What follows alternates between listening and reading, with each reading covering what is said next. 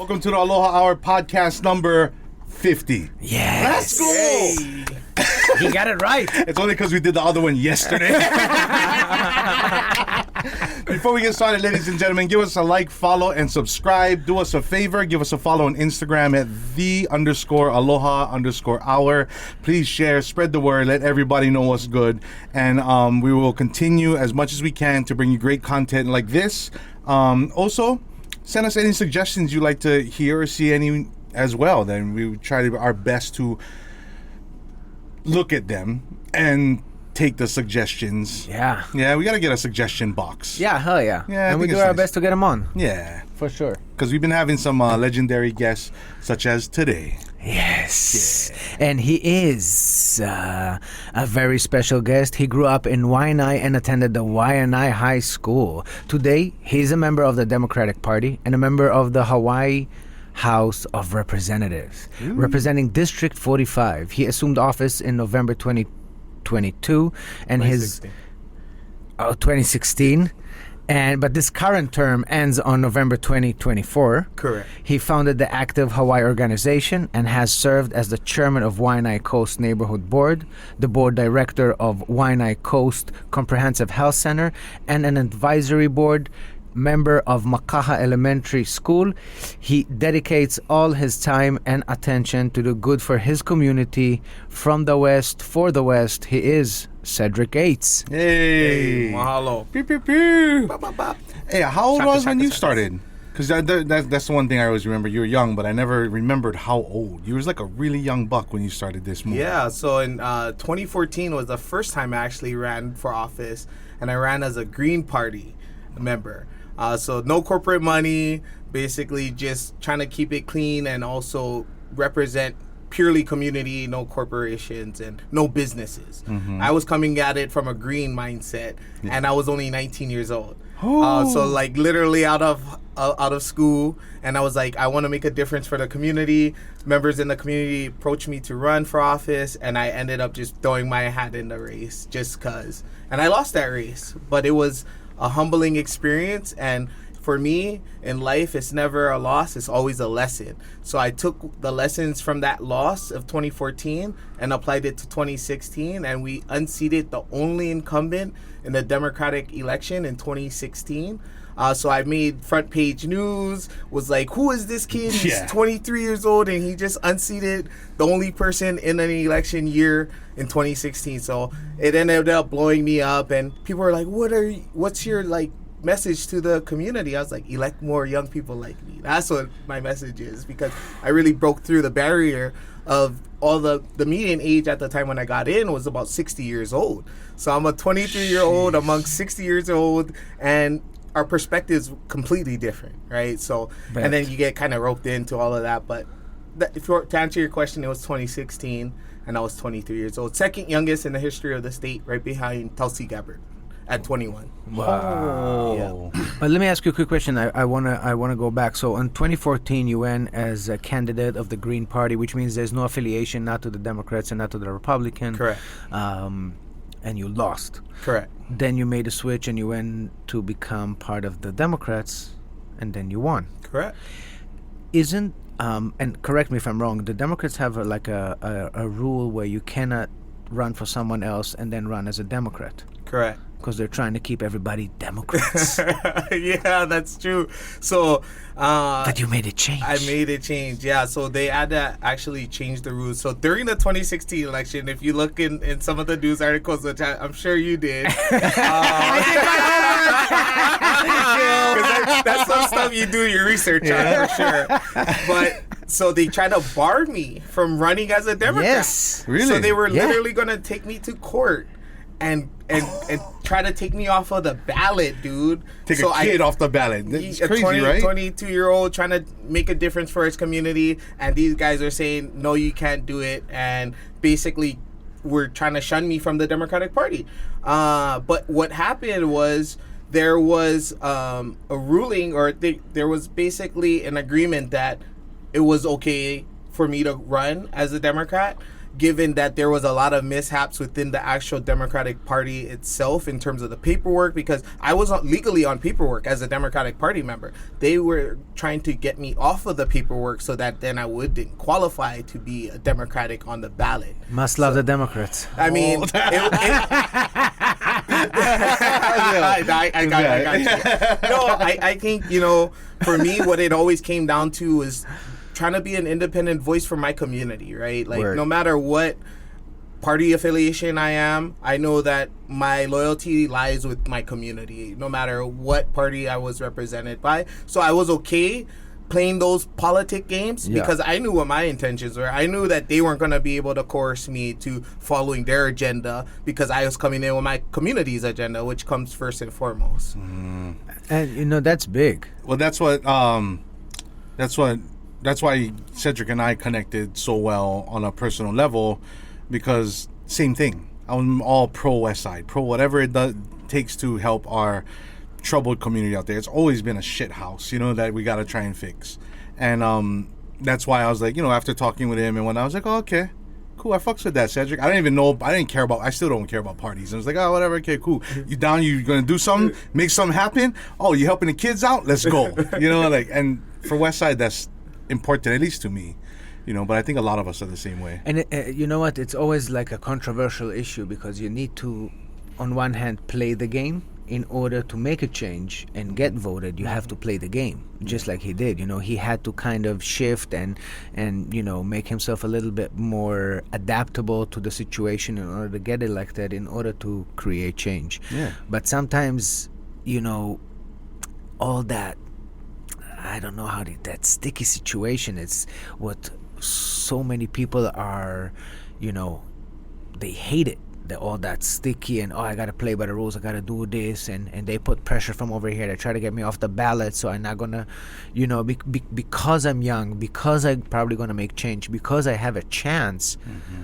Let me throw some hurdles in there in his path, and then okay, well now I side with you. Oh, you side with us? Let's go. Yeah. You're in. So it definitely was a lot of maneuvering and. What you mentioned about being adaptable, right? And I think Darwin had it when he said it's the strongest that survive. But I think to clarify that, I think it's the most adaptable to change that survives. And I think that's a lesson I've learned in life, to be able to be flexible and adaptable to the changes that get thrown at you from left field, and being able to overcome those and make something out of it. Turn those curveballs into a positive outcome, if you would say. Yeah. And then did you always think that that's what you want to do? I mean, as a young boy growing up in Waianae, there's no way you said, hey, one day he's just going to be a politician. No, man, no. And that's the crazy part. It was God's intervention in my life that put me in this place. And I'm a firm believer in a higher power. I'm very spiritual. I wouldn't say I'm religious. I definitely am tapped into the universe and creating my own universe, right? Being able to do that for myself. And that's what kind of got me here. But to my childhood story, my mom passed away when I was 12 years old. That was the spark in my life that changed the whole direction for me. That, I think at that time I became very conscious of life after my mom passed away, because it was a sudden passing, and it was on Halloween of all days. Jeez. 2006. So she wasn't sick. Nope, just had a heart attack at work. She was working at Department of Health, so she also had a service mindset too, working in government. Yeah. But she ended up passing away, and then that kind of like threw me out of loop, because my mom was the one that kept me in school. Before my mom passed, I was the student of the year. I was a straight A student. I was staying out of trouble because I had that oversight, right? And I think that's what happens to a lot of the at-risk youth. They end up lacking that oversight to give them the guidance that they need to make right decisions for their lives. And I had that at home. And so both my mom and my dad were home. And so my mom passed away, and then after that, we were like, man, I don't want this ever to happen to another family. And I ended up finding out what happened. It was dietary-related diseases that, caused her to have this heart attack, too much weight on her heart, right? Living unhealthy lifestyles. She worked in town like I do, so she's commuting 2 hours a day, or no, 3, because she's on the bus. So she had a car, but she was just like, anyways, I'm going too much into my mom. So we ended up starting a nonprofit based on my mom passing, because we wanted to try to promote something healthy, something that will support our community and educate them. Like, hey, we all eating this bad food. Hey, we're all not getting exercise. Let's look into this. How can we promote this and give you the tools so you can make the good decisions yourself? That ended up bringing me to government, because I was using all of the city and county facilities. And so when I went to them and the bathrooms are all messed up, I'm like, what the hell? How are we going to have our guests in these restrooms? And it looks like this. So I ended up going to the neighborhood board. Neighborhood board ended up saying, we need people to serve. And I ended up serving, ended up becoming the chair of the neighborhood board, and then working for all these different elected officials. I worked for a state representative, I worked for Tulsi Gabbard, and I worked for a city council member.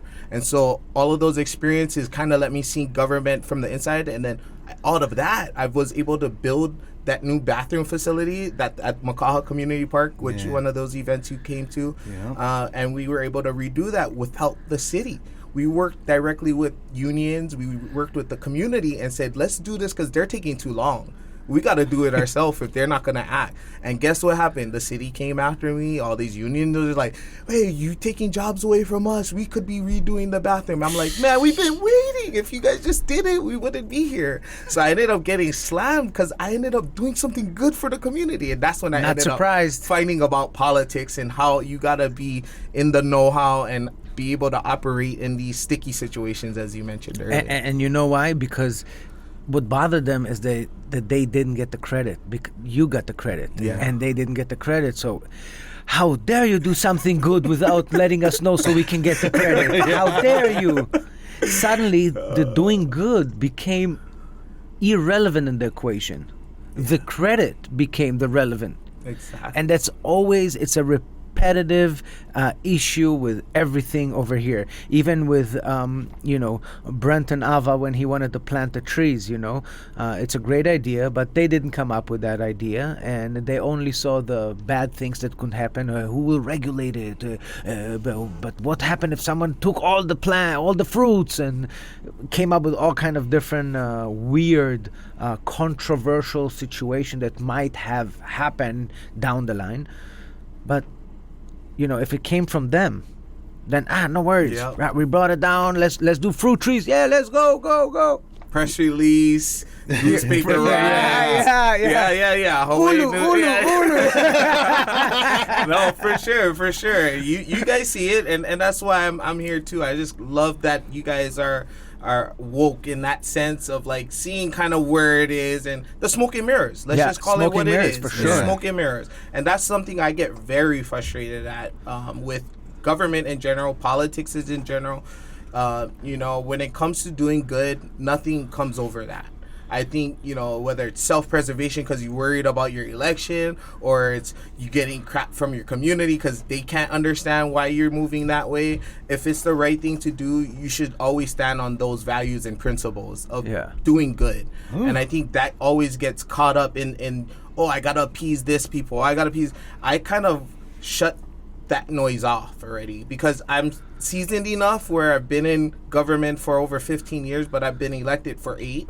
And that kind of allowed me to just know that that's always going to be there. That noise is always going to be there. But if you're focusing on the right reasons and why you're doing it, and if it's got the community at the forefront of your thoughts and your heart in this, you're going to be good, because the community eventually we're going to come around and see, this guy had the best interest for us. He did this because this was the reason why. And you kind of go down that list. And if you can always answer and stand on business when it comes to that kind of stuff, I think that you're going to be fine as a politician. It's those people who end up switching up, flip-flopping, saying one thing, doing the other. That kind of stuff will end up getting you caught up and end up putting on blast, and rightfully so. Because people can research you, hence, case in point. You know what I mean? They'll dig and they'll find, and it's easy. And yours probably was like less than 24 hours, It was probably like a little quick session on a toilet. Let me see what I can learn about this guy, Hey, but you said you used to work for Tulsi. You know me I all worked too for well. Tulsi.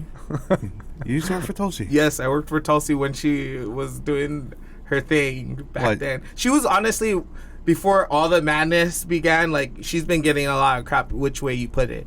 But before that, like, I really admired Tulsi Gabbard. Like, she was, like, the person, because as a young person trying to get into office, she was the example, right? She was the 21-year-old that got elected, that paved the way. She's a congresswoman now after she did, 10, 15 plus years in government. So there was that path of, like, how you rise up and how do you continue to do good. And I always felt that her heart was there to do good. Again, it's the politics of it, it's the media of it, it's all of that kind of stuff that ends up kind of blurring a little bit of where true intentions are. I like her. You get her phone number? Yeah, I do. I gotta ask her. No, I never said nothing. I'm just saying. Nah, you better get on the freaking show on the Aloha Hour podcast. That's what I'm saying. Yeah, I like Tulsi. Okay. I have this like one of the main reasons that I told Tulsi, and this is nothing deep about being informed or whatever. I've watched her, I've heard her speak, but what catches me in the point when she was running for president was that she serves. Who else? And this is far beyond Hawaii. This is president of the United States, right? Like, who else better to serve the country than somebody who is a member of a group that serves the country? 100%. If you work in the military and you're going to control this military and you know what they go through, I think that's the best thing and that's just random thought I had. No. That's true. Like, that's true. You know what I mean? Like, she knows what these soldiers go through. I feel so bad right now for these guys. Once you see people dying next to you, your friends, your family members, then you think twice before going to war. Yes. But when you never been in the war zone, for you it's just like, oh, let's send 300,000 people over here. Let's send 50,000 over here. And that's a big mess right now. Did you see Tucker today? Mind you, this is February something, but so Tucker Carlson is in Moscow, and he basically put out a video saying, we're on our way to interview Vladimir Putin. Vladimir Putin has not done an interview for America, I think, Shut ever. up. Yes, he's on his way to, or if he's probably already done it because safety reasons. I'm pretty sure, like, you don't want to tell everybody I'm going to go interview the president of Russia now. But he made a very good point. He's like, the Americans do deserve to know what is going on in this war. This war is happening, and all we hear from is one guy who is, what is his name? Fucking the Ukrainian Ukrainian guy. So we always hear from him, and then from him, we don't really hear anything other than send more money. Yeah. Right? And so he's on his way, or probably doing or done, an interview with Vladimir Putin to get information on the other side of the war. And he also was explaining that America, or anybody, any English-speaking language, or any country that speaks English, doesn't know that this side is going to the toilet. You know what I mean? Like, literally, like, all the Asian and Eastern countries know that they're thriving and they're on a move upward, while we are on a downward trajectory. Bruh, So there's going to be a big, like, flip once this thing drops. When I look at him, it feels like he's really trying to bring out the truth, but he's crazy too, Oh, yeah. But just to touch back on Tulsi is exactly like you. She understands the games, but when you talk to her and the things that she says, you can understand that she really wants the best for the team. She really wants the best for her people. And I think, you saying that you got inspired by her is amazing, because I'm inspired by her. I think Steezy's everybody that looks at her is inspired by her determination for the country. Whether it's irrelevant the party, it is relevant the outcome. Exactly. And she puts everybody on blast, regardless that she's a Democrat, because she does not believe in many things that the Republicans stand for. But she's also not willing to fucking lie and do some stuff that the Democrats stand for. So she's like, she has her own mind. Yeah. And I love it that it's not a yes sayer. It's not a okay. No, right. I agree with this, but I hell do not agree with this and that and this and that. And that's what gives the authenticity. Yes, 100%. And this is what we need, because people now are craving for honesty, transparency, authenticity. Tell me the truth. Don't tell me all that crap. We want to know the truth, and that ties back to Tucker, because he just trying to bring the other side of the story. It's not that he's for Russia. He's not for Vladimir He's also Putin. said that in that little piece too. He's basically saying, I am American, I am proud American, and I love America. Yeah. But we deserve to know. 100%. And we don't have much journalists that are out anyway that are very popular that do investigative German journalism, you know? We're like the closest thing in Hawaii. Right? Next to Ian Lind. Right, you guys know Ian Lind? I think he's a civil beat. Yeah? Oh, yeah. Yeah. He's doing the whole Niski trial thing. I was like, Oh, whoa, bro! Don't show your face! It's scary, bro! Stop it! That's crazy. I mean, the current situation in general, in in the government, Democrats, Republican, it should never got to where it is today. People hate each other the moment you say that you are blue or red, without understanding. Wait, we agree on way more than we disagree. They somehow, how they say. What is that saying? Divide and conquer. Divide and conquer. Yeah. It's so obvious that this is what's happening. 100%. It's so obvious, and this is actually, and again, this is just my opinion. I feel also divide and conquer is what they do with African American and the whites, because some African Americans says, let's not even talk about racism. Like when you I don't know if you saw the interview with Denzel Washington. He said, why do we have to talk about it? Yeah. We're all people. It is irrelevant, the color. If all the time you bring up the color, Labels. Yeah. then of course then we become two parties. Yep. Then we become two different people. But who cares? Yeah. Who cares? And for years, I feel that the Democrats are making sure to remind the African American that the Republicans are, racist, and if they will get elected, it will be very, very bad for the African American and the Latinos, and you better vote for the Democrats because we have your back. Fear mongering. Fear mongering. Yeah. Same goes for Hawaii, and with the Hawaiian people. Yeah. But then they say, we're going to give the Hawaiians, we're going to give them back the land, and we're going to fight for you. Bruh, 50 years, no more nothing. The one guy that you see that is fighting, what is this guy's name in your Garcia from the Republicans? I mean, I to be honest with you, I mean, I see that he does a lot, and it feels like that he really cares. But in general, when you say, when you decide that your point of view is to say those guys are bad for you, that's why go with me, rather than saying I'm good for you, let me lead you to a better place. 100%, and that goes to how I ran my campaigns. All my campaigns, I never talk about my opponent. I always talk about what I'm about, what I'm trying to do, what I see the vision for my community. I see this for this, and keep it to me, because that's the only thing I can control. And so when you talk about the other person, it kind of degrades yourself, because you could be spending that time to talk to them about yourself rather than about your opponent. Now 100%. They know more about your opponent than they do about you. So that's always been my rule of keeping clean campaigns, so that I don't have to go into personal attacks. Because I think even with Diamond, on Diamond's point, like, yeah, I see where he's coming from, and I honestly don't agree with everything he says either. And what I would do is I would debate it on merit. Not about my personal feelings, not about so-and-so. It's about, okay, look at it at a subjective level and just say what it is, right? And I think sometimes we get caught in the theatrics of talking about bills and about doing stuff, and we forget about the contents of the actual bill itself. So I would go into that, and anybody that I would, even my fellow Democrats, because we agree. I just voted no on a Democrat's bill today because I fundamentally don't believe in not having any, what bill was it? It was to basically remove in statute that we can't fine minors for anything that any crimes they commit. And it's kind of like a get out of jail free card for young people, and it sends the wrong message to the next generation that, okay, there's not going to be consequences for your actions.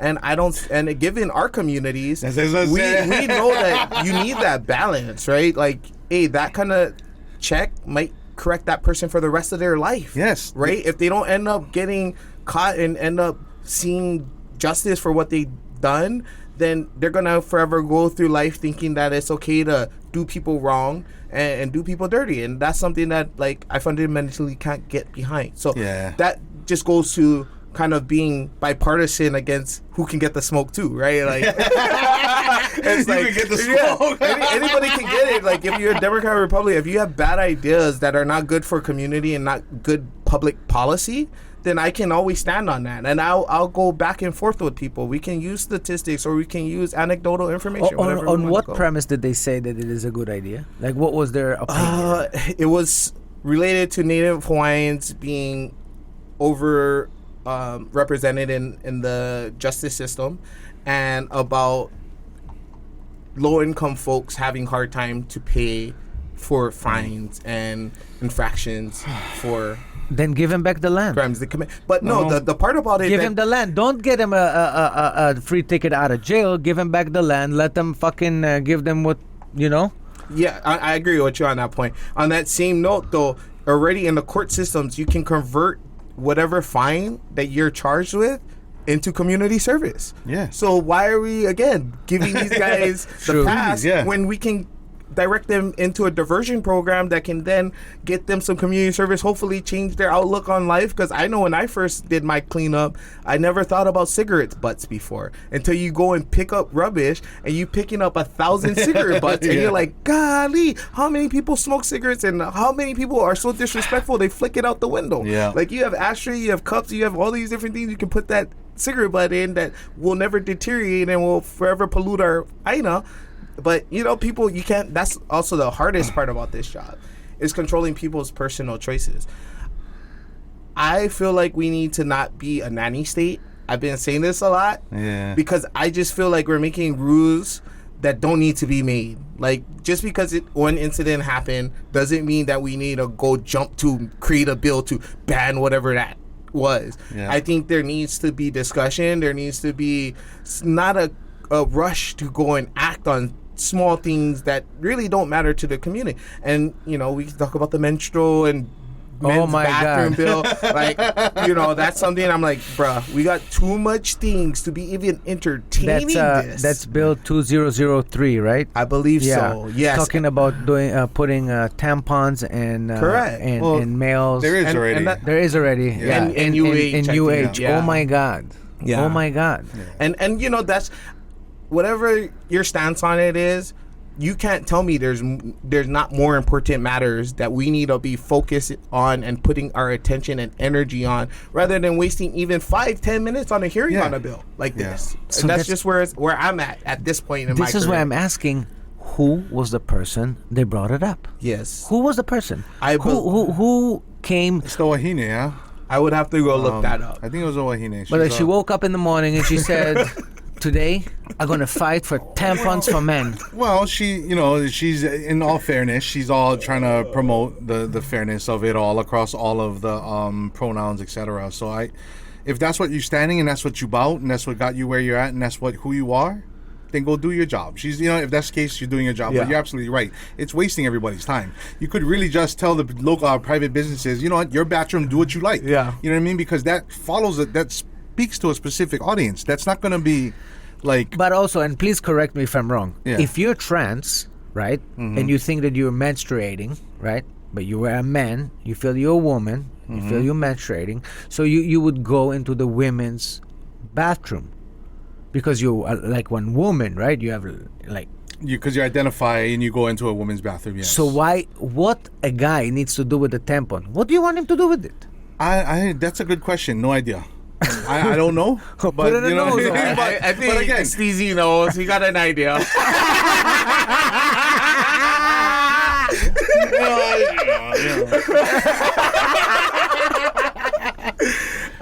But you're right, though. You're right. You're saying, like, whatever that was, if that's what she needed to stand on, it is what it is. For that person, they're standing on business in their world, right? This is my people. It's what I do. Right. Same thing for us. Like, we'll stand for things on West Side that may not, most people may not understand. Yeah. But that's just how things are. Right. We have a whole different vibration, I feel like. Yes. You know, in one of my songs, I said it's like Ohana law. Like, okay, cops might not do something, but somebody might come crack you because you screwed up somewhere. Exactly. And that's just what it is. It's always been a thing. You know, when you said you was against the bill about, you know, taking away the fines, I immediately thought, like, yeah, because get guys that are mid-20s, young 20s, hanging out with high schoolers, and they'll say, you go run beer. Right. You go do the crime. Nothing will happen to you. Go do Right. everything. And it'll be a vicious cycle if they don't get in trouble. Yeah. You know, because 100%. Yeah. And also we see where it got in Cali when they have that $950 that you're not getting, you don't get arrested if it's under 950. Yeah. San Fran is going crazy. Ridiculous, All of huh? Cali, yeah. Bruh. No, And it's a perfect example of why not to perfect do example. Yeah. Why not to do it? Yeah. And then, you know, the businesses are leaving those places Yeah. and people are getting mad. Oh, why are you leaving the community? Right. Why I leave the community? But people are just coming in like a buffet, you know, going to fucking Yeah. Walgreens, taking everything they need and Yeah. just walk out. Well, just recently, did you guys see the piece on top of the building next to the crypto center? So crypto. Oh yeah, across the street. Yeah, on top Yeah, of the yeah, yeah, old, yeah, yeah, the yeah. abandoned. Yes. There's like yes. these abandoned condos that I Yeah. don't know who some outside company bought and abandoned A it. developer stopped. They didn't have. They were short on money, so they stopped developing it. So a hui of graffiti artists, mind you, a hui meaning like must have been at minimum 40, 50 guys. Yeah. On every floor for 2 buildings on 2 sides, each took a floor and painted their names on on one of the corner balconies. Yeah. Just like, and all nicely too. Like I think it's like a tourist destination now. Yeah, it looks I bet. epic. But lawlessness, right? It all led to lawlessness. Yeah. And I think to speak to government and our role, like what our real role is I think first and foremost public safety. And I think that's why so many people get frustrated, right? Whether it's public safety for our beach parks and our parks in general, or public safety to go home at night and not have to worry about somebody creeping up on you at night, or if it's, you know, people who have businesses who are going to get broken into and feel like there's not going to be consequence for what happens to them. Yeah. And the fear of that coming back to them, or if they end up going to these authorities, does that come back on them, right? Is there retaliation? So and I know there's so many pieces to that, but public safety, I would have to say, is the most fundamental piece that we have to think about. 100% agree. And then, because that catches everybody, right? That catches a mom, a dad, a grandpa, a brother, sister, everybody. And then we talk about infrastructure. We talk about our roads. We talk about our traffic. We talk about the daily commutes that we have to deal with on a daily basis. Like, everybody's asking, why haven't we built another freeway, overpass, or something like that, right? We have the rail, and so where I think the rail has fallen through is that it's not a catch-all. See, if they built a new road, there would have been a lot more praise than what they have now, because everybody doesn't want to use the rail. Everybody loves their personal space in their car and having everything with them. For me, I would And listen to Steezy in the morning, and when I take the train, I can't listen to Steezy in the morning. Yeah. That's why I don't take the rail. You know what I mean? Damn right. Hey, I'm encouraging people to use the rail because, of course, we want that to succeed, because we're too far in right now to see anything back without And when any Cedric success says from it. too far in, they just approved another 744 million. Correct. The city did. Yes, The city did. Yes, Mayor, the city. The Mayor Blangiardi. Blangiardi. Mayor Mafia. So The I know, Mayor bro. Mafia. He just reminds me Right, of the he Mafia. when he man. signed it, he signed the bill, and it's like all like pride, and he's like, you know, to the camera and signing the bill. I'm like, dude, what are you smiling? What are you smiling? You guys are already at 13 billion. I mean, and now it's another 744. I mean, well, why are you smiling? Yeah. You need to be like, sign it over here. right. Take it away. Take it away. You know what I mean? I hear you. Not proudly. And the frustration is real, and I think that's where government has to do a better job at receiving that frustration and turning it into something, a positive outcome, because we take the frustration a lot of times. What I feel like personally, it doesn't reflect the whole legislative body. I have to make sure I make that Disclaimer. clear. Disclaimer, exactly, for they try to hold me accountable for this. But I really think that we got to be able to deliver on what the people want. I hear people, you know, for example, cannabis, right? Cannabis is something that I think universally, if you went and polled everybody throughout the community, we would be majority supporting cannabis. And Yeah. we know that because we're actually in the community. We live in the community. You see grandpa, you see grandma, they all got, a little stash, and it is what it is, right? And it's medicinal. It has all of these different properties, especially for those dealing with depression, stress, all of this cancer, all of these heavy elements that we see throughout our community, plaguing our community, but yet alcohol is legal. Exactly. Yet cigarettes are legal. Unreal. Yet all of these other things are legal, but something that has medicinal purposes is being looked at as a curse for our state. When we know pakalolo is a Hawaiian word that was made to represent cannabis, right? Yes. That was like a big deal. Shout out to Hawaiian Pakalolo Jamaoli. Yay! My boy Top job. advocating with me to try to pass cannabis this year, but that's been something I've felt strongly about. Also, why I'm wearing Bob Marley Ren Spooner. Let's go. Yeah, to represent, what we represent, and it's giving that people what they want. Like, if you can think of any bill that we've passed in the past decade, it's going to probably be cannabis. Out of all of the bills that we moved through, there's one bill that I would like to mention, which I had a hand in, is the $600 million for DHHL to build out thousands of units to Amen. house our Native Hawaiian people. That was something that Representative Holt and the Native Hawaiian caucus inside of the legislature really made a priority, because we knew that, just as I mentioned earlier, we got to deliver on promises. We can't just keep thinking we can keep passing the buck over and over the years, because look how far we are, decades. And even on the cannabis tip, if we passed cannabis 20 years ago, when we first passed medical, we were the first in the nation to pass medical cannabis in 2000. And the vote was 30 to 20, something like that. It's about the same vote right now for legalization. It's still 30 to 20, because you have conservative districts that people are socially conservative, so they think, if you legalize cannabis, every corner is going to have a cannabis shop.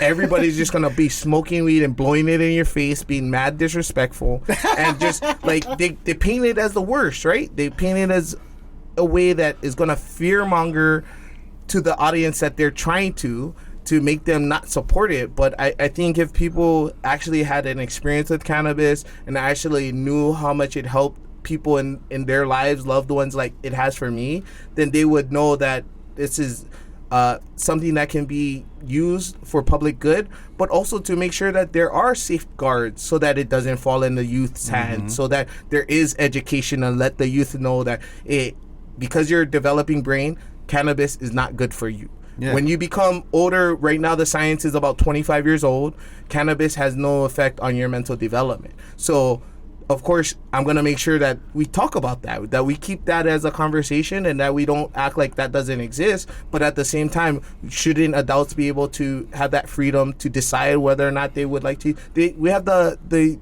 ability to go pick up a pack of Tylenol. We have the ability to go pick up some NyQuil. We have all of these things could be easily abused. The same way they talk about cannabis being easily abused, prescription drugs are being... like severely that will abused. kill you.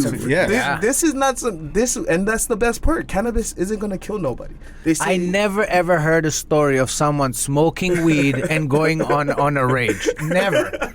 Maybe on the munchies rage. Maybe you ate chocolates, brownies, cupcakes, Twinkies, but never got rage. However, when they drink, Yeah. Yep. Absolutely. Absolutely. Stoners also don't want to hang out with people who aren't stoned. Like, you know what I mean? Like, it's like kind of very, uneasy for a lot of people. So it's like, hello, they're all going to congregate together, be amongst themselves. And on top of it all, too, as well, I think a big point that cannabis should be legal is this generation. I noticed a lot of the youth and the people a few generations under mine, we're suffering a lot of depression and suicides. And this, I'm not saying it's a helper for it all. I think it is. I think you get a chance to, talk to some people, open you up, or socialize with people of like minds with things like that. I think cannabis would be a little help with that. Yeah, and then we have like the prosecutor and the mayor right now opposing legalization, and these guys, no disrespect, but these guys are saying keep Hawaii. Yeah. What? Blanchard is in Blanchard. Keep Hawaii. Hawaii's green. Hawaii is green, bro. We're Like, literally. that's the worst slogan to use. That's why I'm like, bro. See, I know you guys are not in touch with what's actually going on, because if you said that to anybody that's in the know and just normal residents, they'd be like, actually, you know, Uncle right down the road, if you walk past there, you might smell something, but that's his personal house, and he's entitled to that, right? So they know it's around them. I just want to bring it up. We had on the Aloha Hour podcast, we had a guy, his name was Elton Goo. He's actually a guy from Waikiki. He serves up here in Waikiki. He's an older gentleman. He was cancer stage 4, everywhere, from his lungs to his brain to his butt, everything. Like you can see his picture, everything is like cancerous. Whoa. And he started to use something, it's called the Rick Simpson oil. And after 60 grams of Rick Simpson oil, which someone smuggled or created, here in Hawaii, or brought it into Hawaii and gave it to him, he was cured. So he did something that is illegal technically in the state, because he didn't have all the proper paperwork. Yeah. But he's healthy now, and he's back to surfing. Wow. See, we need guys like him to come testify at our hearings to make sure our colleagues know. So what's this out there. guy goes around, and he's very into church and stuff like that. So churches invite him, and he goes speak everywhere in churches all around. They fly him over the freaking the mainland to fucking Peru to fucking his ministry out, and then he just talks about his experience, and he shows the picture from before and after, and you're like, maybe it does have something. I don't know for sure, because I ain't no doctor, but fact is, I've seen the guy. I've seen the guy before. I've seen the guy after. I've seen the guy during. Right now, he's surfing. That's all I know. You go Waikiki, you see him. What's his name again? Elton Goo. Elton Goo. Okay, I'll be on the lookout for. If you can put me in contact with him, I'd love to get his story highlighted, and I'll look at your podcast if you guys talked about it already. Yeah, but I mean, he is. You listen to his story. This is crazy that they wouldn't let him take this medicine because they didn't believe in it, and he tried everything else and it didn't work, and then he tried this, and after 60 grams he was healed. Now, when I was talking about cancer, it doesn't heal cancer, but for cancer patients, it helps them to create the appetite. It creates them the ability to deal with the situation and the depression, and at least to have them enjoy the last few years of their life, or even get cured. But let's say they don't get cured, just to ease their last few years of their life. I mean, this is substantial. And having liquor every place, at every restaurant, and nobody says nothing, it just makes me mad. And does too for me.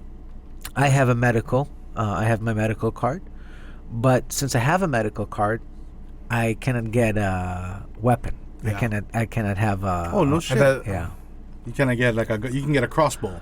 I can get a crossbow. You only get one crossbow. Yeah. You can get one crossbow, but you cannot have a weapon, really. And I think that's also injustice too, right? Because But I can drink. and have a gun, right. Which is way more dangerous. I cannot smoke and have a gun. It's injustice because now you had to forfeit your Second Amendment rights. I'm a firm believer. See, that's where me and the Democrat Party part ways, because I am pro-guns. Right, I'm pro Second Amendment because I believe truly the only thing that's gonna stop a bad guy with a gun is a good guy with a gun. Yeah. And if you're in my house, I'm not waiting for 911 to arrive to help save me and my family. And that's just me. I stand on that. Right. So I understand. Kids? No kids yet. Yet. Working on it. Wait until you get kids, then you're gonna have Uzis, bro. For real. Well, that's the thing. Like, you still live Waianae, right? Yeah. I'm born and raised Macau. I know the streets is real, and I also feel like being who I am a target in a sense, right? Like I'm a politician. Like I seen people posting, you know, how many times we gotta wait till we kill some politicians, right? Don't say anyone, but you know that just Which crazy story? You want to talk about it? You want to bust it out? No, I'm not trying to go there. I know. But you see them. Guys. People be talking crazy. Yeah, online. They be talking crazy, and for me, it's like, you know, I gotta stay ready at all times, and that's just on me, and that's who I am. I've never been the type to just, you know, get punked out or, you know, end up in a situation I can't get myself out of. So I've, in that sense, like even for my other half, right? Like I want her to feel protected, given that she's with me, and know that she's gonna be safe if anything goes wrong. So that's just me being a man and thinking about the future and the options that can come my way, right? When I'm in these positions, and also when I put myself out there like this. And I know that probably the biggest sacrifice I've made for this position. Like my banners drop tomorrow.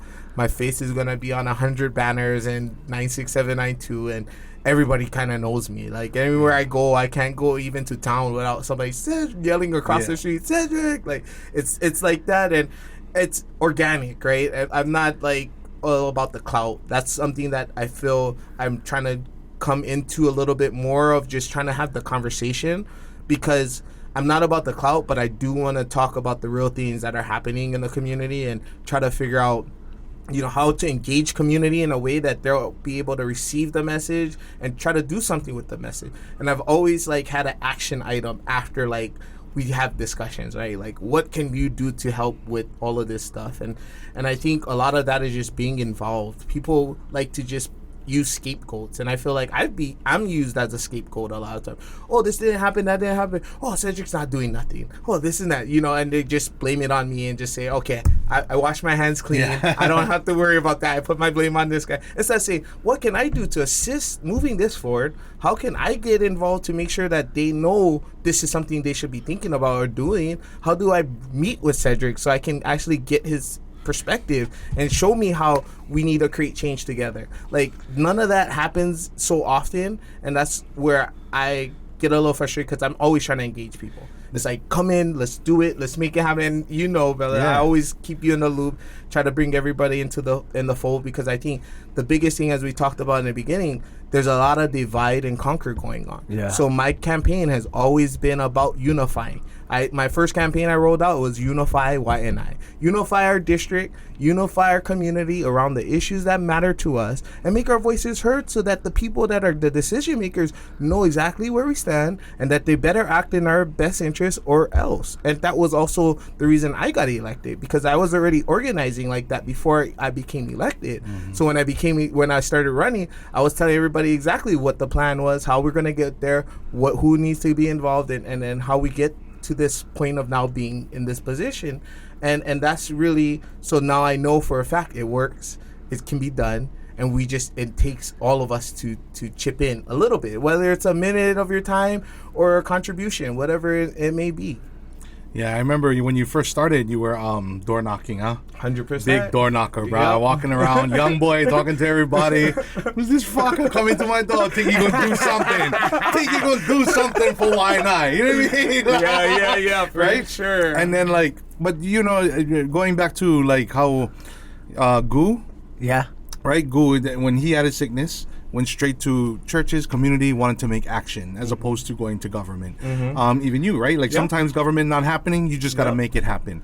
There is that, you know, I always used to call it a distrust with the government, and I think that's why a lot of people don't even act on it. I recently started, I don't know, somewhere in the past year or so, I started gaining this hope. I don't know if it was from talking to Brenton or if it was somewhere down the line where it's like, okay, you know what? We need to start taking action if we're going to do something. I don't know if it's just age, you know?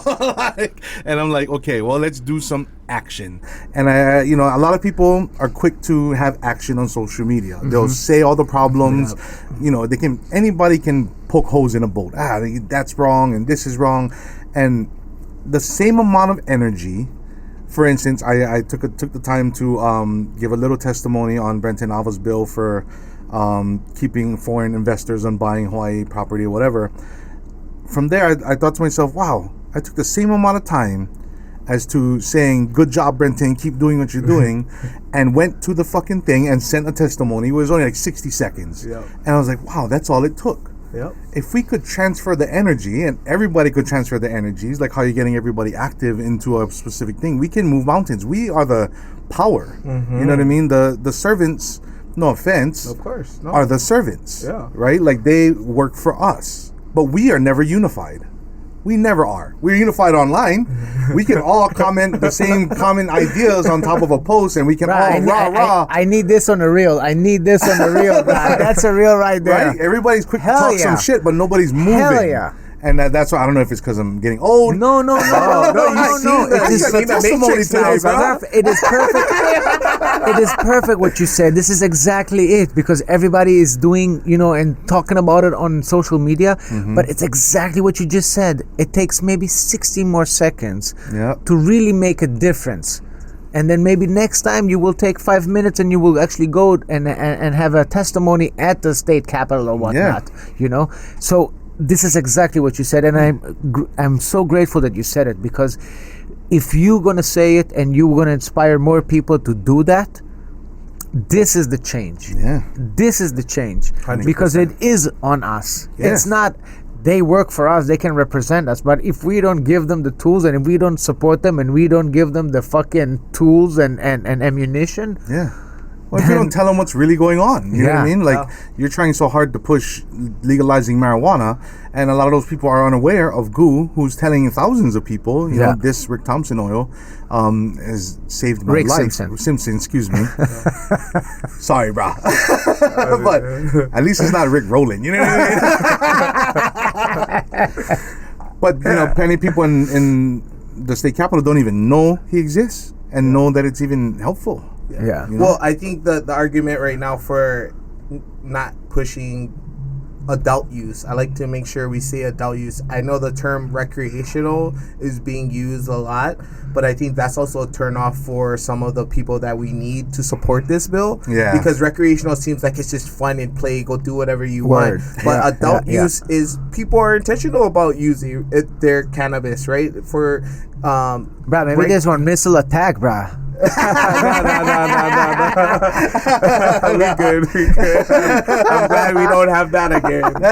No, bro, that's fucking. Hey, bring me dinner, man. Kevin. We're starving out here. We're starving. One of them more clothes already. You're too funny. Just kidding. It could have been all of those things. Yeah. But adult use, I think, sounds more responsible. Yeah. Sounds like we're not going to open it up for 18-year-olds even to access cannabis legally. It's 21 and above, just like alcohol. And as a substitute for alcohol, because people deserve to enjoy life, unwind, and enjoy Hawaii. Like, not only tourists can enjoy the luxuries of Hawaii, and I think that's where we have to put our community in those positions to say, you should be able to love and enjoy this community as much as anybody else has. And this seems like one of those priorities for our local community here. This is something they want. And Steve Alms, going back to the prosecutor being in opposition to cannabis, he's like, oh, we're gonna scare all the Japanese tourists away. It's like, bro, you're fear mongering again, buddy. Like, stop doing that, because how are you gonna speak for the whole Japanese community and say that they're definitely not gonna come here? And they don't care. What do you think? They care that we can smoke over here? You don't think they smell it already? Throughout the communities from coming here. You don't think a lot of them really would love to be here so they can do it, because it is extremely illegal in Japan? 100%. Yeah, right? 100%. 100%. But again, smoke and mirrors, right? Smoke and mirrors again, and that's why I always try to bring it back to the conversation of like why. To this guy, I would say, Japanese are heavy smokers. When we banned smoking on the street, and you have to be 20 feet away from every doorway. Doorway. They were shocked. They were shocked, the Japanese. I remember it was in 2006 when the bill passed. Yeah. They were shocked for 2 months. For 2 months. And then they understood that they stand on the side. And even in Japan, they have their own ashtray, bro. They bust out their own ashtray. Wow. And they smoke them, and they're doing their own ashtray, for reals. Oh, okay. So yeah, it will take them some adaptation, but after a month or two, it becomes like the status quo. Yeah. And then nobody cares. So to say that this is something that would scare the Japanese away, I mean, thank you. Thank you. Come on. You definitely got that energy, and that's how I be feeling sometimes too, you know, but I can't express it in that way. I have to be more conscious of my actions and try to focus it in the best way that will actually get me results, because I can go on a rant right now. True. Off, right? Like I can just blah blah blah. You know, talk about everybody and their mama. You know, liquor causes impotence. Just letting you know. You ever heard of whiskey dick, bro? No. You ever heard of marijuana dick? Never. Because it's strong on the weekend. You wild, bro. We speak for you, bro. Streets got you. Thank you. But also, you know what? I somehow I have the feeling that once it's going to become legal, it will actually, you know, when the young kids want to do it, it's because it's illegal. Because it's like, oh, I'm doing something cool that is not allowed, so I'm going to do this and that. But when they see everybody, the uncle and this and the dad, it doesn't become so cool anymore. Yeah. It doesn't become so mysterious anymore. It's like, oh, my aunt, my auntie, my grandma is doing it. You know what I mean? Right now it's like, cool, let me have a joint. Yeah. You know what I mean? And it encourages the black market. You know what I mean? 100%. And we saw it when Brenton Ava was here. He was talking about what they did. They did the raid in Wailua in the Wailua Care. Yeah, in the Wailua Care. And he was talking about the difference between the black market and when they were selling it. They were selling it for, I think, $150, and then on the street is like $400. So it does help the actual people that want to use it if it is legalized and that there is a governing agency that tells us this you can, this you cannot, this you should, this you should not, this you need to tell the people, this is a disclaimer, this is that, just to educate the people. Cannabis is not just to have a good time and to have munchies.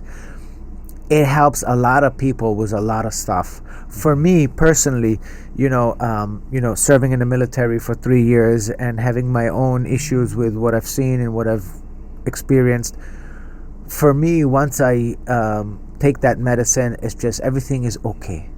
Everything is okay. I don't need to think too much on all the other crazy stuff, because my kind of brain is just go. Me too. And when I take my medicine, it's just like, okay, everything is okay. You're in good hands. Just relax. And for me personally, it helps. And I know it helped me through a very rough time.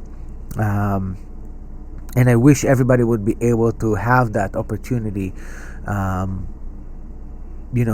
use that medicine. And it wasn't easy to get it, because for the first time when I went to a lot of doctors, like the regular doctors, they're like, no, you don't need it. I'm like, no, I need it. No, you don't. No, I need it. No, you don't. Take a medicine. Oh, you have you have backache? Here, there's this. Oh, you want this? There's Adaptable. Oh, you want this? This is antidepressant. Oh, you want this? They're so easy to prescribe you a drug that would, change your perception of everything, rather than letting you smoke something or eat something that will just give you a different perspective.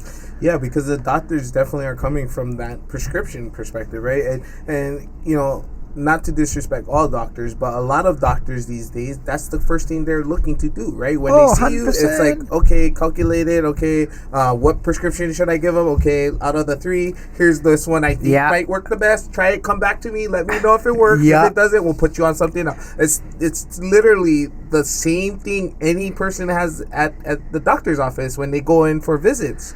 And I think that speaks to society, right, as what we've found acceptable. Because how do we find that acceptable? Now, for example, Waianae Comprehensive Health Center, which I was a board of director on, they're building out this it's called a food system campus, but they're going to prescribe food, fresh produce to community members to combat diseases related to dietary decisions. So like, that's the kind of holistic thinking I'm on. And I've done my whole vegetarian tip, pescatarian. Now I'm just trying to be healthy and just keep a balanced diet. But So you were a vegetarian? Yeah, And I then did. you were a pescatarian? Yep. And now you're just... I'm just kind of ebb and flowing, but I'm trying to do intermittent fasting. I've been on intermittent fasting for 1 month. So like beginning of January, I was like, okay, I need to really take control of my health, because living this sedentary lifestyle is dangerous, right? Because if I sit down in a committee hearing for 5 hours, then I sit down 1.5 hours from Makaha to town, to the state capital, and then an hour and a half back to Makaha. That's already 8 hours. Right, that I gotta stop sat at Jack in down. the Box. Yeah, then you didn't eat. Then you're gonna go buy Taco Bell. I like Taco Bell. I do that. I do. No, it's vegetarian options only though from Taco Bell. I do not. No, I like there's this black bean fresco style. Anyways, that's kind of my choice over there. I mean, out of the options we have in Waianae, bro, Bruh. come on, man. Come on, I grew up on a freaking Lanterns dish. just opened, so that's definitely my spot to go. What now. is Lanterns? Like, Lanterns, it's a restaurant and tavern. Yeah. They have, I would say, I just it's heard about it. comparable to like a monkey pod vibe for Oh, sure. The food is outstanding. Upstairs or downstairs? Upstairs. So they took over the whole upstairs where Stacks and Miley Sunset used to be. But yeah, they just opened up. I went to their grand opening on Friday, presented them with a certificate from the state of recognition for contributing and investing to our community. Because Yes. we needed a good restaurant where you can take the family out, Yeah. enjoy some live music, not party too hard, but Yeah. just enjoy yourself. and I just think mildly educational, because it is located right across of Green Lanterns. Yes. The name of I don't even know if it's an official name of the beach. It's definitely not an official name of the beach. No. But we all grew up knowing this spot was Green Lanterns. Ask me why, I have no idea. Yeah. There is no Green Question Lanterns everything. there. That's why when I saw Lanterns, I was like, oh, that's smooth. Yeah, I like yeah, that. yeah, You yeah, know, yeah. I respect that. So that's some local residents, the Petersons. Oh, right on. Putting it on, and Charles Hewlin, that's his building. Yeah. The Miley Marketplace. My stomping grounds for my past 8 elections. I've sign waved right in front of that, That place. corner, After huh? we finish, we go upstairs. I get the volunteers some refreshments and stuff like that. So always take care, and gotta promote our local businesses because we need them. You know what? That's so inspiring that they actually went there and opened it against all odds, against all chances. They just said, no, we don't care. We want to create a different Waianae. Mm-hmm. That's amazing. I love those. Yeah. What's their name? So it's Pumpkin and Cool Peterson, Cameron. Shout I out believe, to the is Peterson owner. family. Yeah, Peterson. Petersons. Yep. Let's They're go. doing their thing for sure, and Oh, and- big supporters of me as well. So appreciate them a lot. Big time, I bro. mean, whoever is doing good for the community, brah, they're on our team, man. Exactly, and that's how I treat people. It's always like that. It's always aloha, right? And I think people have been getting away from that aloha spirit law that governs Hawaii. It should be rooted in everybody, that we should always have aloha. Even if I disagree with you wholeheartedly, I should never get to the point where I want to fight you and call you crazy names and make personal attacks. It should always be like, I can agree to disagree, and let's find some common ground. If we can't find them, okay, that's cool. We can walk away. You don't have to, get into this. So I'm gonna put this out there. Somebody was trying to get nuts at the Cannabis Expo, and they were like, just What? they were hurting the cause. And I said, this is like exactly why people question whether or not legal. Because if the advocates are acting like this, right, we have to make sure that we're well represented. And if being well represented doesn't mean being loud and obnoxious, if you don't agree with the policy, submit your testimony, put in your request for amendments. Like it doesn't have to go from 0 to 100 so quick. Because I'm from the West Side, you already know. You already know. And so it's like that's how we act too. It's like, I know we want to go there because we're frustrated or irritated, but it's always about how do you channel that energy, channel that mana, and put it into that positive outcome. And if you can do that, like, you'll see how many doors will open up. Because, for example, like, people attack politicians, like, you think attacking them is going to ever make them want to work with you. Be honest. Like, you tell somebody, you're the worst, da-da-da-da-da, you shouldn't be in office. But by the way, can you help hear this bill? Can you help do this? They're going to be like, probably not. But if you came in and said, hey, I see this is your position, I don't agree with it, I'm your constituent, constituent, can you please take me into consideration when you're drafting this bill and make this amendment so that I'm not impacted negatively by it. Like, that's a whole different conversation that happens then, right? Okay, come into my office. Let's talk about it. Go line by line. What's in the language? Okay, you don't like that? Okay, I'll go try to make this happen. That's what reminds me, when I had BJ Penn on we had BJ Penn on the Aloha Hour, and I told him straight up, when you came and you told everybody, I'm going to fire you, I'm going to fire you, I'm going to fire you, I'm going to fire you, I'm going to fire you, I'm going to fire you. It's going to be pretty hard for them to work with you after that, Right. It's not going to be like, oh, okay, well, great idea. Yeah, slide him in, Slide him in. That's our guy. It's going to be pretty hard, you know what I mean? For sure. And I love the fact that he came in all like guns blazing. If I get elected, you're fired, you fired, you fired, you... But come on, like we talked about in the beginning, you have to adapt and you have to somehow to play the game. Yeah. And you cannot expect telling everybody they're going to fire them and from tomorrow on they're not going to have a paycheck, but then expect them, let's work. Well, what did you want to change? It's not going to work. Yeah. So there's a fine line. 100%. And I completely agree.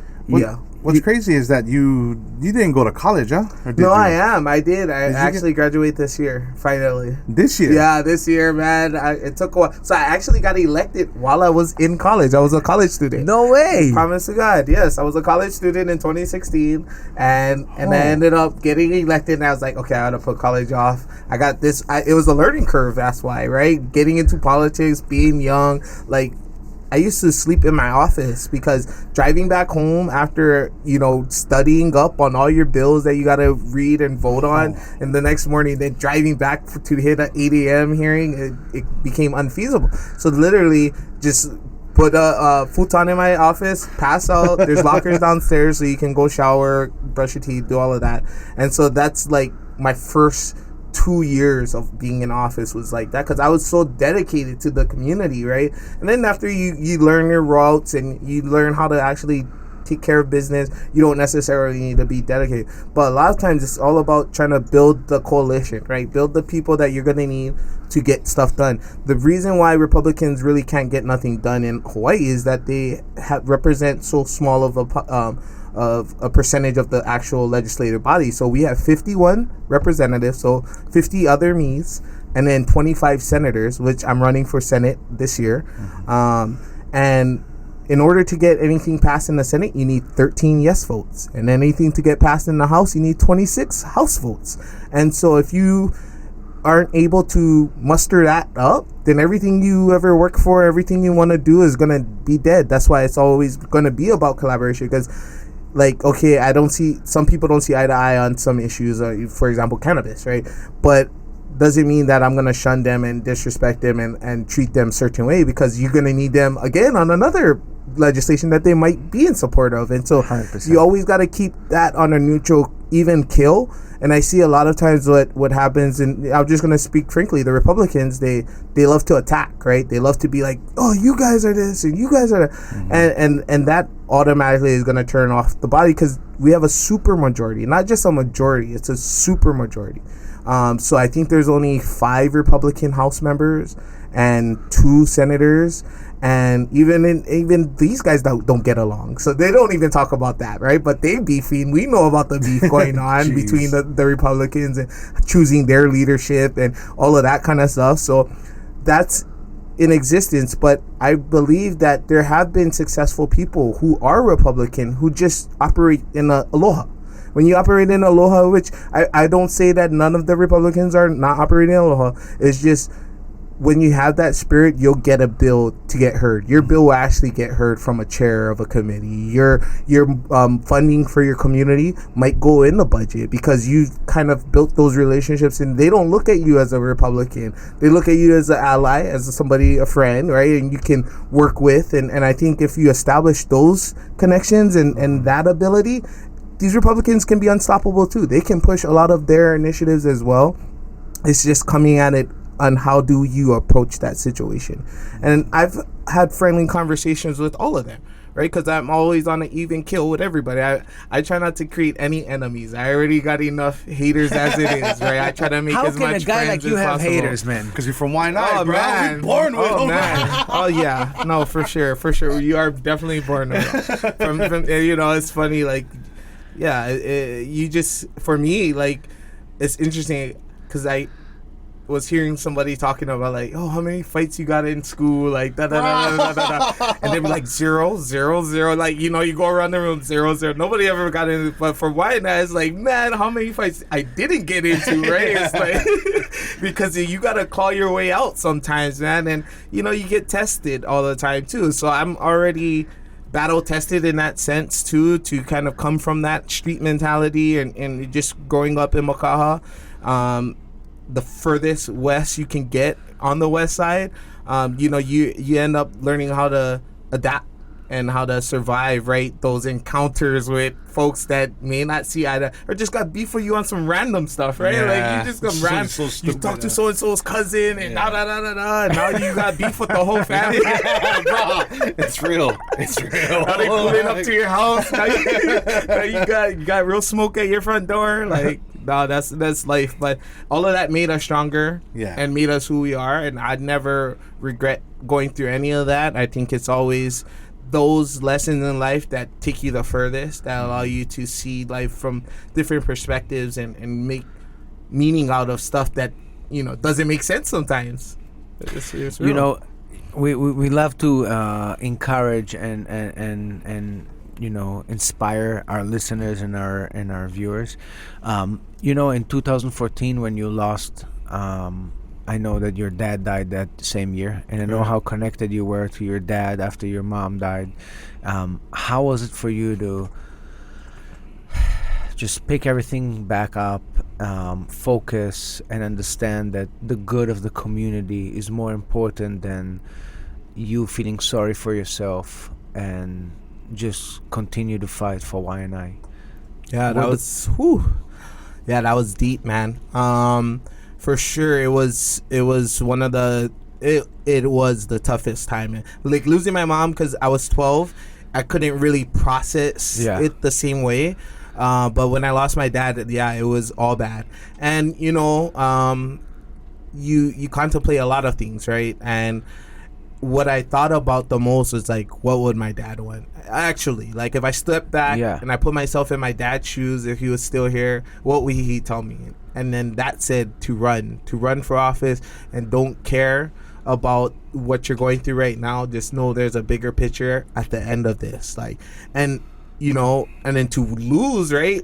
On top of that, it's like, damn, like, okay, what the hell is that? Like, I thought there was a vision in there, right? But I just truly believed and trust the process, right? I like, Trust okay, the process. 2014, lost that, and like, and it was some community members that really helped push me through that tough time, because they was like, man, I know what you just went through, but I got your back 100%. 2016 is your year. You're gonna take it, I promise you. I'm gonna be there the whole way. I'm gonna make sure you get there. And I was like, wow, like this brother, like, you know, one of the real ones, right? One of those real ones that like, I'm 100% got your back, no matter who coming at you, no matter what you gotta deal with, you gonna be able to rely on me. And then when I really believed that, I was like, okay, it's for people like you, it's for people like my dad, it's for people that were pushing me to begin with to run for office, that I gotta keep going.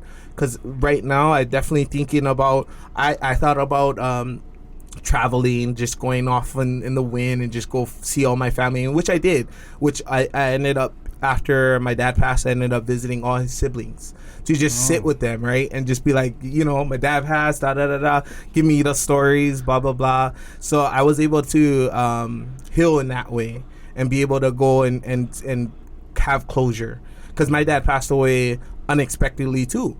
But one thing that I always, my dad, the most powerful thing ever, and I was talking with Charles Hewlin about this, he just always, from a young kid, he said, your grandma told me that God told her children will be blessed beyond measure. And he, like, it would be our wake-up call. You know what I mean? He'd always tell me that, like, when we woke up, when we leaving the school, when you thought, so that repetitive nature of him doing that made me believe it myself. I was like, I'm here for a real reason. I'm destined to be great. I'm like, all of these positive thoughts kept going into my head. And then that's when it paid off the most, because in that darkest time when my dad passed away, those positive thoughts kept replaying.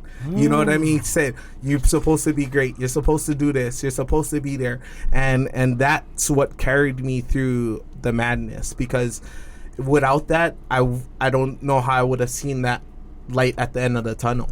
But because I've had that love in my life for my dad, and that's why it's so important for us to speak positive to our kids, right? Nurture our kids, to speak life into these kids, because that's what they're gonna fall back on when all else fails, 100%. Yeah, I get all chicken skin, man. I mean, what a beautiful story, man. I know that definitely moved me too, man. Telling that story, because you really made me reflect on it, and that brought back that energy. This is so amazing, because I do truly believe that telling our kids that they're meant to do big things,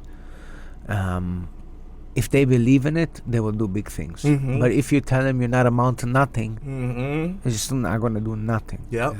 But if you all the time tell them you're so smart, oh my God, you're so beautiful, you're so great, you oh my God, you're gonna do great, they believe in it. And when you 100%. have the belief of achieving, you will. And on another note, it reminds me also, I'm Jewish, and as a Jew, in the Bible they say you're the chosen people. And since a baby, they tell you you're the chosen one, you're the chosen one, you're the chosen one, you're the chosen one. That all my life I grew up knowing that I'm amount to big things, that I need to do big things, and I feel that way. And that relates to when you tell the African American community you are a slave, there's racism and everybody's against you, and then you put them down. Yeah. Don't put them down. Raise them. Tell them you amount to greatness.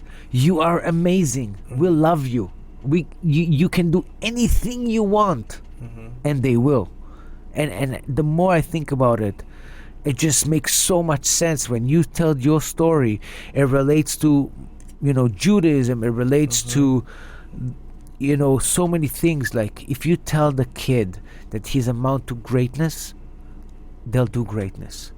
Maybe 99 out of 100, they'll do greatness.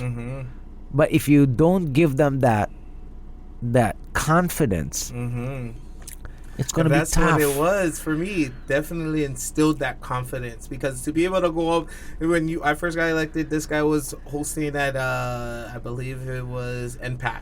On a Cooley Performing Arts Center, and he introduced us, and you got to go in front of all of these people in there. Like, that was one of my biggest speaking engagements to that time, and like, to be able to go out there and be confident and hype the crowd up and try to feed off this guy's energy, and like, all of that kind of came from that one seed that was planted in my head to be great, right? To be that what I'm supposed to be, and not to settle for less. Because there was a lot of times I could have settled for, I could have remained in working for another politician, like I did to get my way here, right? I could have stayed in these positions, been comfortable, and just been okay with it. But I've always felt like, no, there needs to be that representation that takes us to that next level, and I hope that I can be that for our community, given being I'm Polynesian, being, of course, I'm African American, but being that I'm from my community and for my community. Like,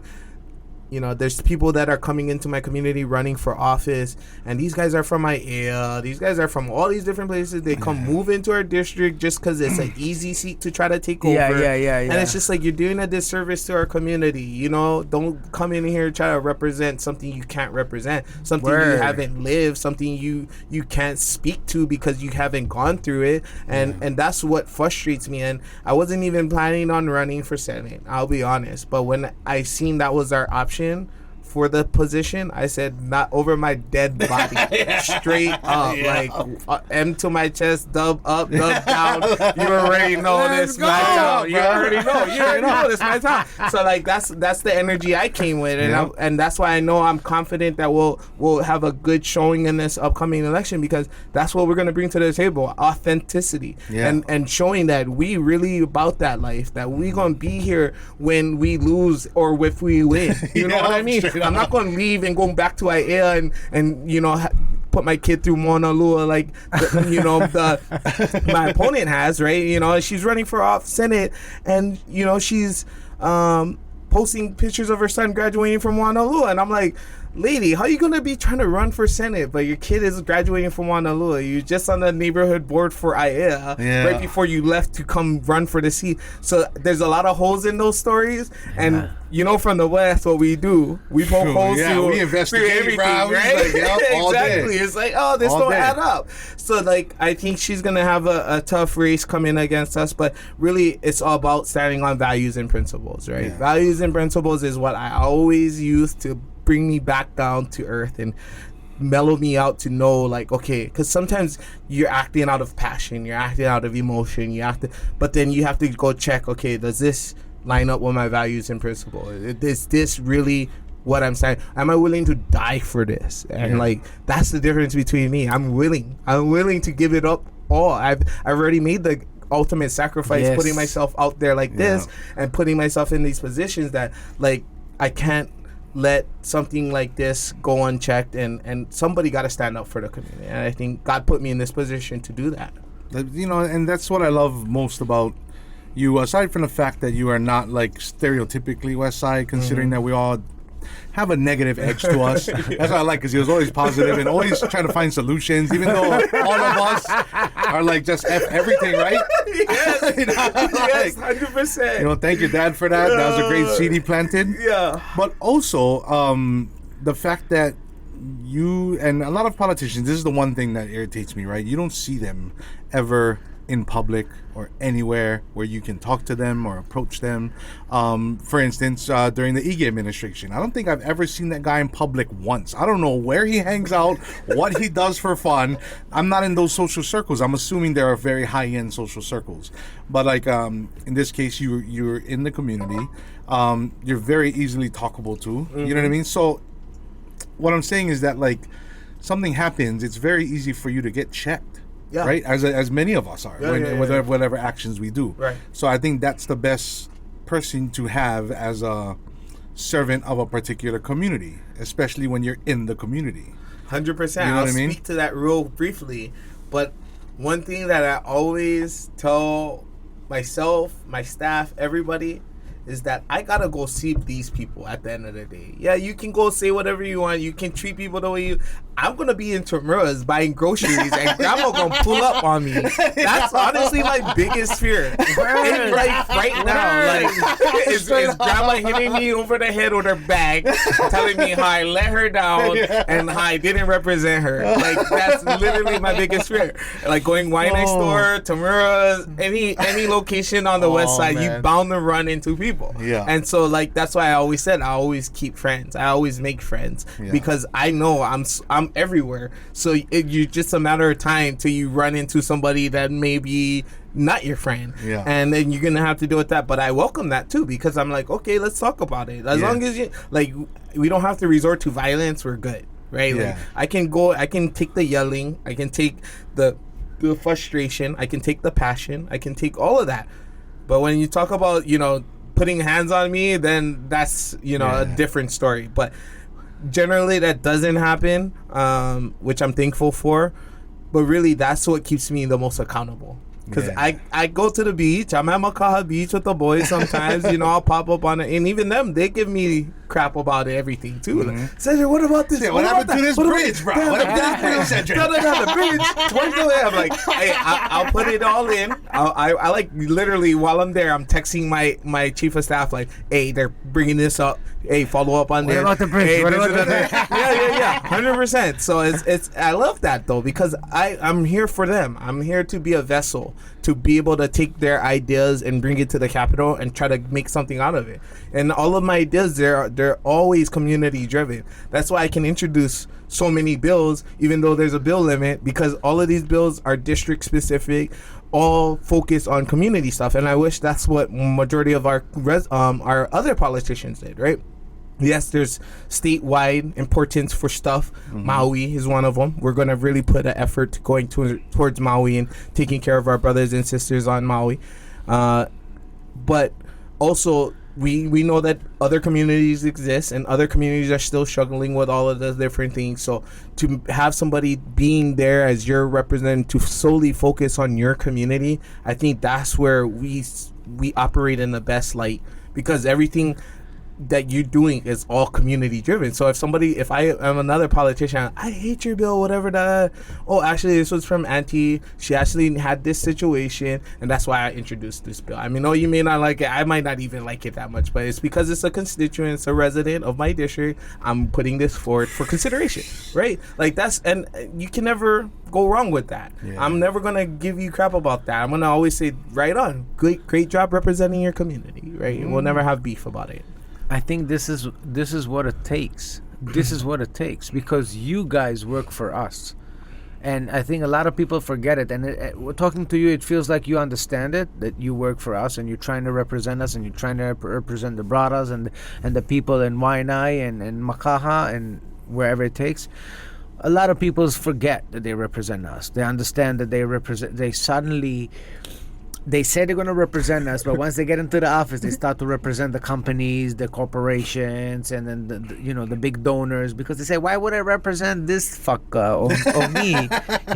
He ain't. Why do I get fucker and you get me?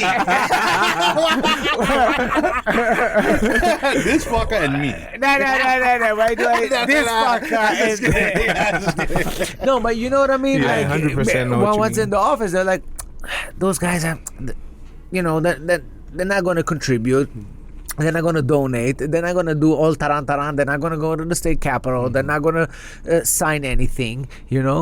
Let me listen to those guys. They have lobbyists, and they're going to contribute to my next election, my campaign, and they just said that they pledged $140,000 to help us. And why would I help this guy if this guy just promised me $140,000? I mean, with all due respect, and it's not a bad idea. I mean, yeah, this guy's idea is great, but this guy's idea is okay. Let me get the okay because I get 140. Right. You know what I mean? I can speak to that too. And I see it all the time, man. I see it all the time. They say they're for us, but once they get in the office, something changes.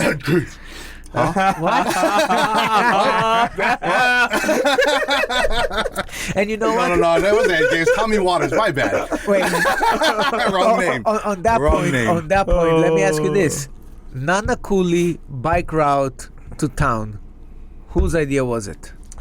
This is a part of a bigger plan, kind of a statewide initiative. I love when they say this is part of a bigger plan. Yeah, it's a statewide initiative that they're trying to create more opportunities for people to live healthier lifestyles. I think that's the gist of it.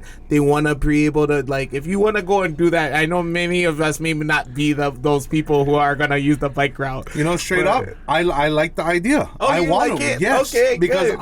I wanted to get into bicycling. I did for a little while in my life. I for a solid 2-3 years, I was biking everywhere, just for fun, just for exercise. I'll bike around Kaimuki and up and down the hills and go to Kapiolani. The only problem is it's fucking dangerous, bro. 100%. You know what I mean? Because we gotta share the lane with cars. Luckily, I'm big, so when I was riding with Kia, I would stand up all the time, make big waves. Like, don't hit me. But it was dangerous as hell, right? I ended up quitting because every time I go out there, I'm risking my life. 100%. And there's not much good places to ride bike. There's a Who Kapolei. in Nanakuli wants the Pro to City ride Chronic route. Huh? The Pro City Chronic route. Yes, you know I that never route. went. No, thank you, bro. No, but it's no thank you, right? Yeah. You don't want to put yourself in that. So the origin of it is the Oahu Metropolitan Planning Organization. It's called AMPL for short. They end up coming up with like planning designs. They go out to community, meet with them, see what the priorities are, and then at the end of that planning process, they end up coming up with a report. And out of that report outlines what they receive from the community as priorities. That then gets taken to both the city and the state DOT, Department of Transportation, and then they try to collaborate to make these priorities come to life. And so that's one of the priorities that I've been seeing probably was almost a decade already. 2015 was probably the first time we've entertained the thought of having that bike route, and only now, right, 10 11 years later, it's coming to life, and people are like, what happened, when did it happen? It's like, man, your ancestors was over there at that your ancestors representing you. I'm sorry, bro, I'm sorry, that's what they wanted. So it is a good thing. Honestly, I don't know. Yeah, I think it is. Well, it can be a good thing. It can, but it also can be a bad thing if it ends up interfering too much with traffic and stuff like that. Yeah. You know, there's going to be opposition in that sense. But for the most part, I definitely think opportunities to live healthier lifestyles should be available to all communities. Yeah. And I think our community is one of those as well. And for me, I was a big, growing up, I really wanted to leave Nanakuli and get out there because I had prettier girls. So I wanted to, so I caught the bus a lot. I just would spend many moons on the bus or many hours going out. In this day and age, there's a lot of young kids or a lot of younger people who run these e-bikes everywhere. And you see them bap, and it's so crazy. Now imagine, now they have opportunity to leave the West Side. Not saying anything's bad in the West Side, but it is a lot of West. It is a lot of negative influences. Now you get to leave and see how bigger the world is and what other opportunities there are. Because when I left, oh man, that's when I learned a lot. They can do that with the easy bike ride without having to catch a bus or do whatever. And e-bikes, I mean, you can go one solid 30 miles, 40 miles on one battery. You guys know? Yeah. You could roll out, roll home, experience the world without even spending a dime. Yeah. I like it. I would like to run that route too. You know. Okay, we'll go right up together. Let's go, bro. I'm all for it. I can see you on the big cruisers, but if you gonna get the electric bike, then I'm gonna have to get me one too. I'm gonna need 2 batteries, kid. 1 each tire.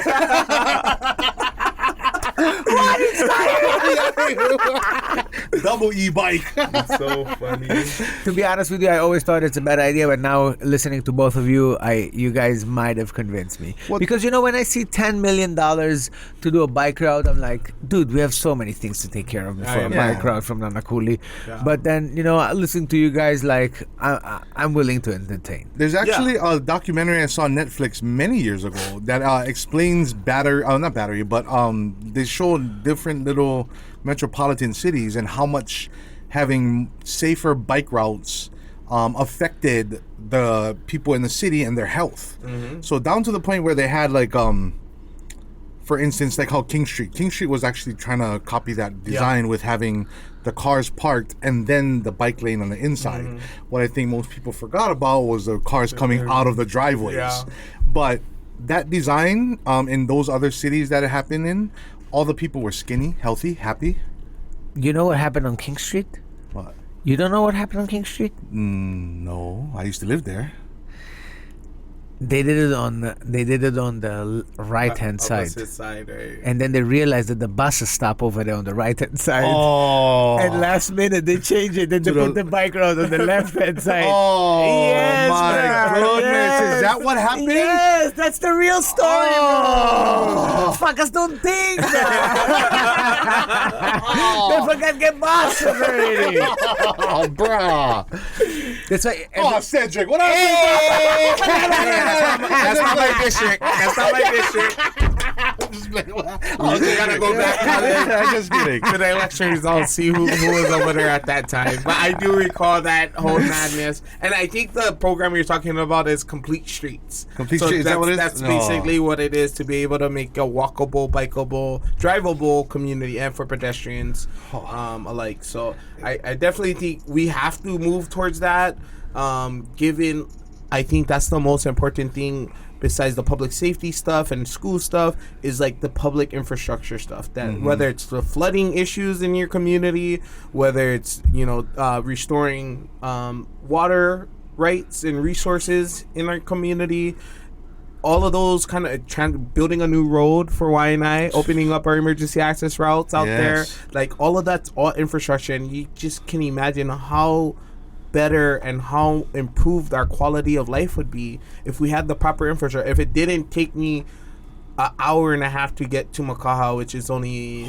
36 miles. It takes me an hour and a half. The mainland, that's insane, right? Insane. So you go to the mainland, you like 200 miles in like 2 hours, right? Like that's how crazy it is. So for us, it's that struggle, and then I think about like, you know, all the times my parents, I go back to my parents, like my mom used to catch the bus every day, even though she had a car. Her car got stolen at the Department of Health, right next to Costco.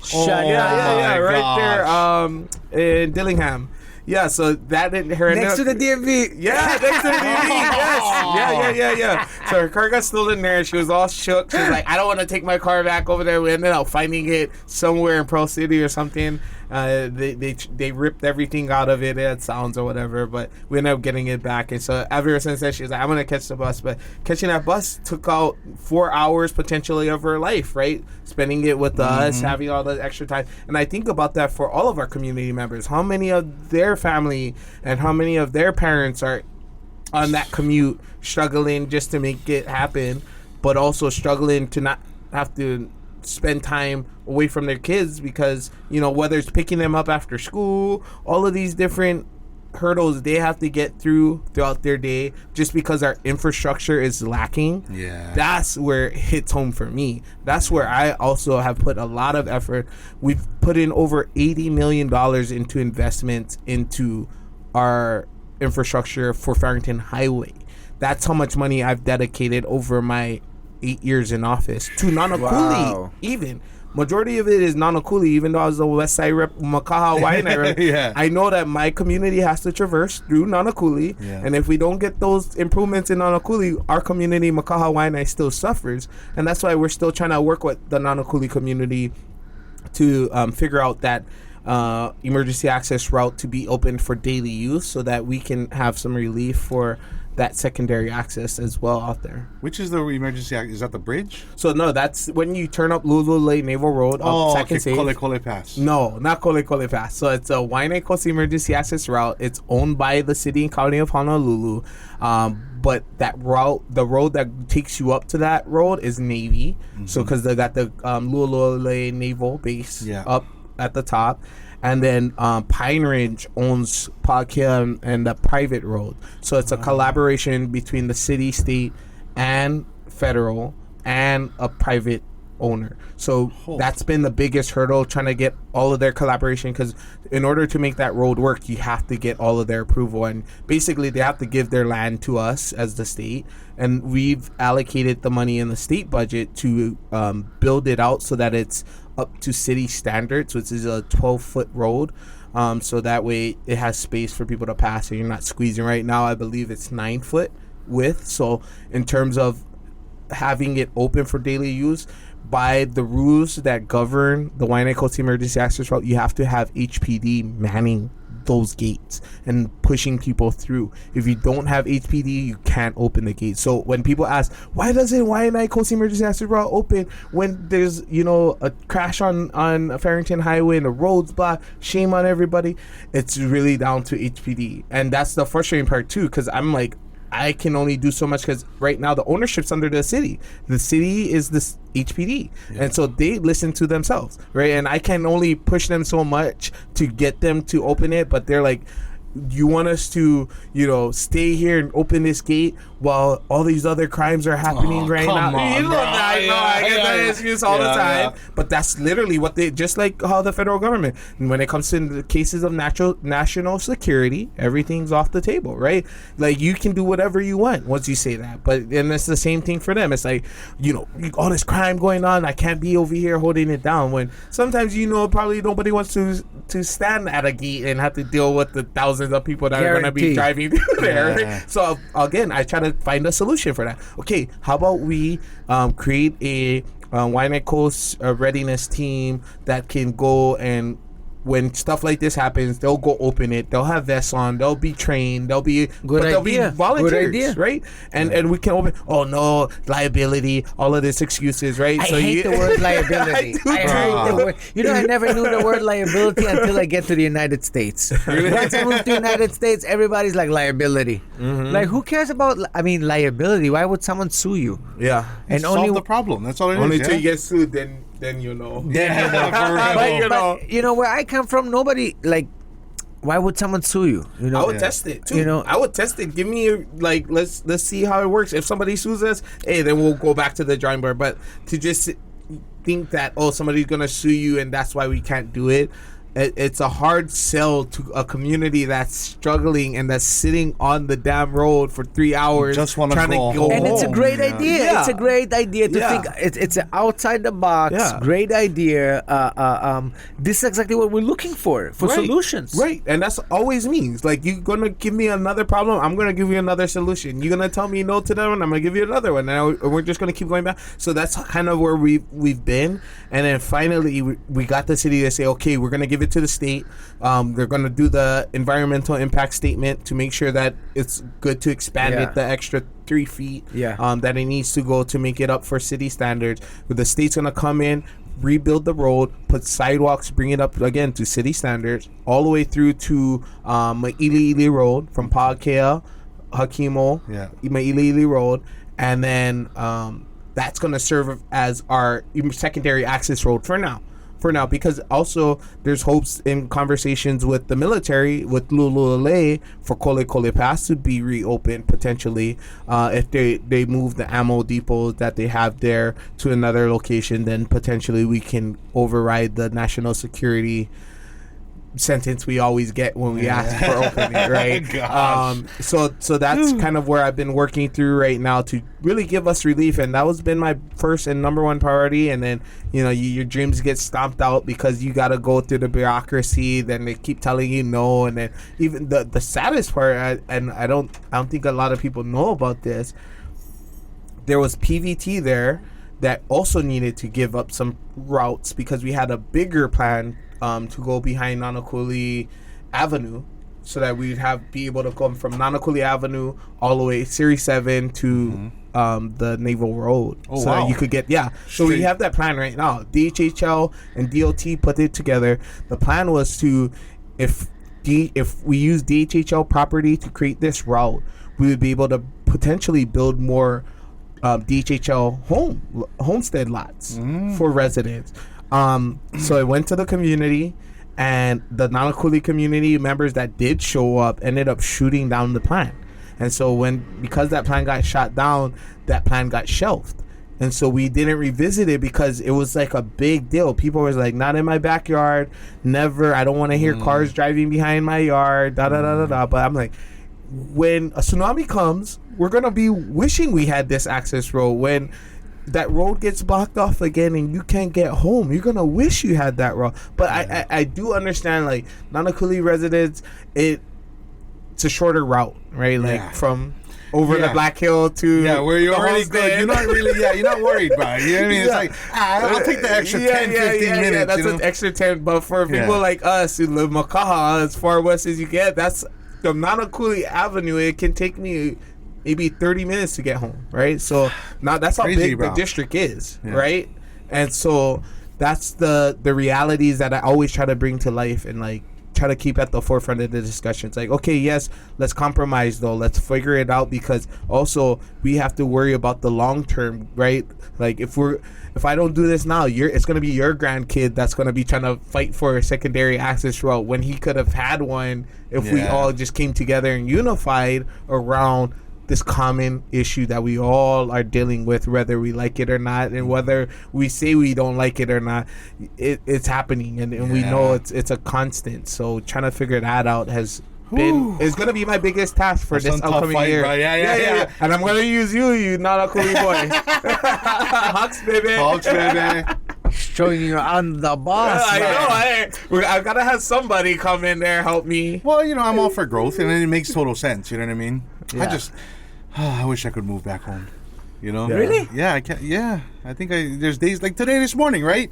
You heard it on the radio, and like I was singing about Nanakuli. It's just so special, man. So special. For whoever didn't listen, and today Steezy on his radio show, someone called, and she goes to Nanakuli Elementary. Yes, she's switched schools to Nanakuli. And then Steezy started to sing, "You are my sunshine, yeah, my golden sunshine." You have no idea, man. Like, it's a beautiful thing.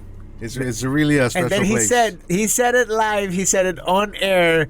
Sometimes I wish Irie would go to Nanakuli Elementary. Yeah. I'm like, oh. Bro, it's such a community based neighborhood, and you know, community is everything. No matter what community you're in, whether it be Nanakuli, Waianae, or if you just have a community of people living in some off grid tent city, community is everything. It takes a village, and that's just I really believe in that, and that's why I think I enjoy Cedric, because it's community.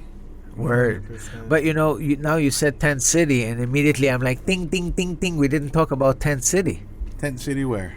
In Waianae, bruh. Yeah. Okay. Let's talk about it. That's actually been my second most important priority since getting elected. Was so in 2017 got elected. 2016 I got elected, but 2017 is when you have your first session. Okay. So that's when I can introduce bills, Okay. ask for money, do all of the normal stuff that a legislator would. 2016 was wild because literally the day after the election, I get a call from the chief clerks of the House of Representatives.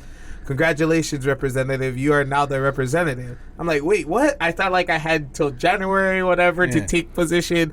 But there's like, no, you have to come in like ASAP, like now. Tomorrow. Yeah, like now to come in, do all the paperwork to make you a legal representative, because by law, you're now the representative. Oh, So I was yeah, like, whoa, 12-pack what the- Heineken. Come on, bro, for real? It was kind of like that. It was definitely like that. It was a beach day, and I'm like at the beach, and I get the call like, man, we finally did it, and I'm just trying to enjoy, soak it in. And it's like, nope, you start work now, so come ASAP and fill out all of this paperwork. You need to go through all of these procedures. You know, learn about all the ethics, all of this stuff, and like it was just a lot on my plate. So then 2017 comes. Now I'm already kind of learning the ropes and trying to figure out the first year. But my first bill that I introduced was the Ohana Zone bill. It was modeled after Anti-Twinkle and Pu'uhono Waianae, which is the tent city that you're talking about. And why I believed in it, because it was community. It was really a community. It was, I know no community is perfect either, right? We try to hold these guys to the highest standard. Like, they're doing work regardless of if we're there or not. And they're going to hold it down for their people regardless if we're there or not. And what that showed me was that government needs to empower community. That doesn't mean government needs to come and always fix every single issue. Is there a way that we can work with community who's already has a handle on it, who already created this community, to be able to do something special and show us the way, rather than us always trying to lead from a top-down approach? Let's try to go from the bottom up and see what we get out of that. So that was my first bill that I introduced, and that bill got shitted on. I'll just say what it is. Man. So y'all some real people. On that bill, they was like, this is the dumbest bill. This bill is like, you're trying to create more tent cities, da da da da da. I was like, no, that's not what it's about. You guys have a misconception of what I'm trying to push. And I always said, the only thing that needs in here is actual structured units. Like, everybody's making houses out of pallets, right? You're making it work. But like, imagine if you had actual four walls with a shared communal space where you could go and cook together, where you could go and like have lockers or whatever the case may be, a shared bathroom, shared shower, whatever. But of course you have your privacy, and that's always been the focus in that bill.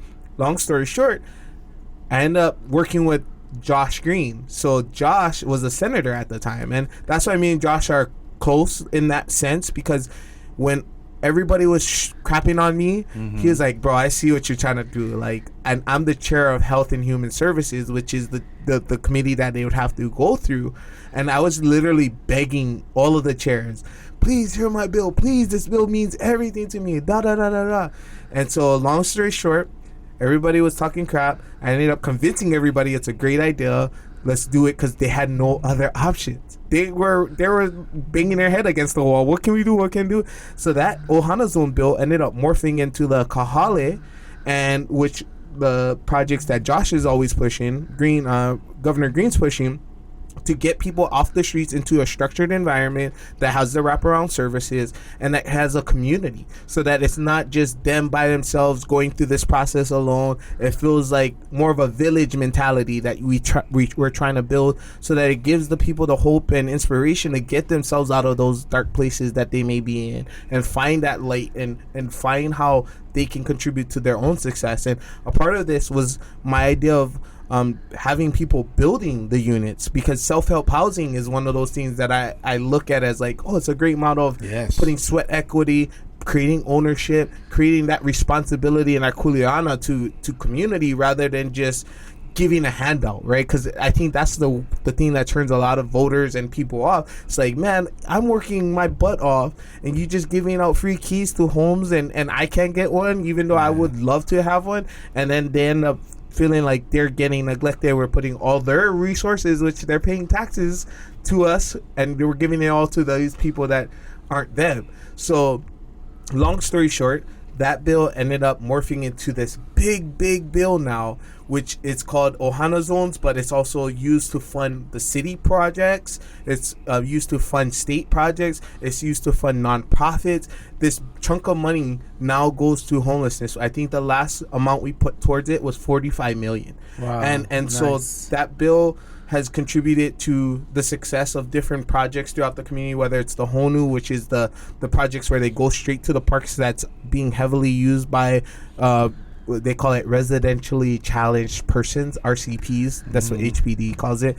And they set up like this military style type 10, and they bring everybody in, like you getting enforced off the beach, and you got one option, you can go here, or you got another option, then you can go to jail for not wanting to get off of this public property, which every public member is entitled to, right? That's the frustrating. I think that's the biggest frustration with the houseless situation, is that people feel like, okay, if I was to do it, if me and you were to just go up there, set a tent up, these police would get us out of there ASAP. But then when it seems like if these other people who are struggling and going through it, they go there and police just turn a blind eye. So it's like, where are we separated? Is this two-party system, where you are not able to get enforced if you're houseless, and you can get enforced if you have a house?